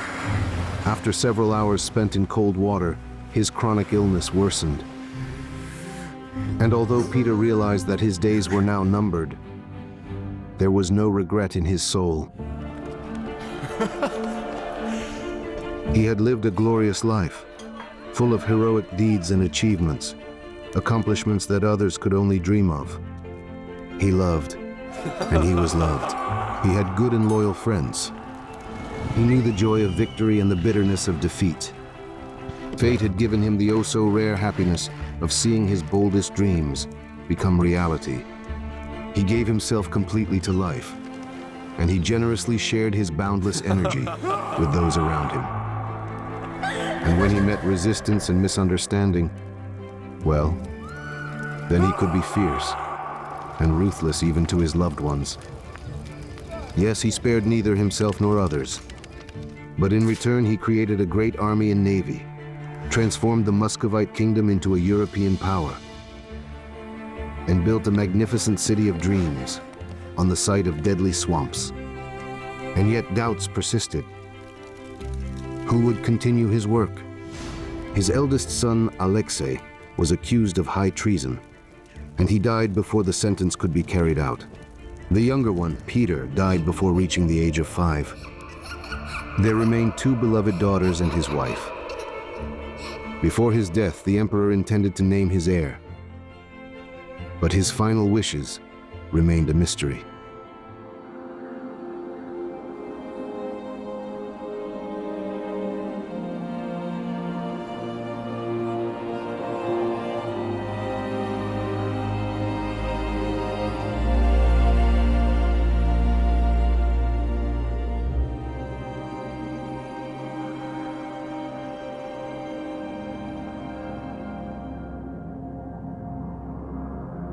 Peter Alexeyevich was fading rapidly, and with him an entire era was coming to an end. But what he achieved forever transformed the history of the Russian state.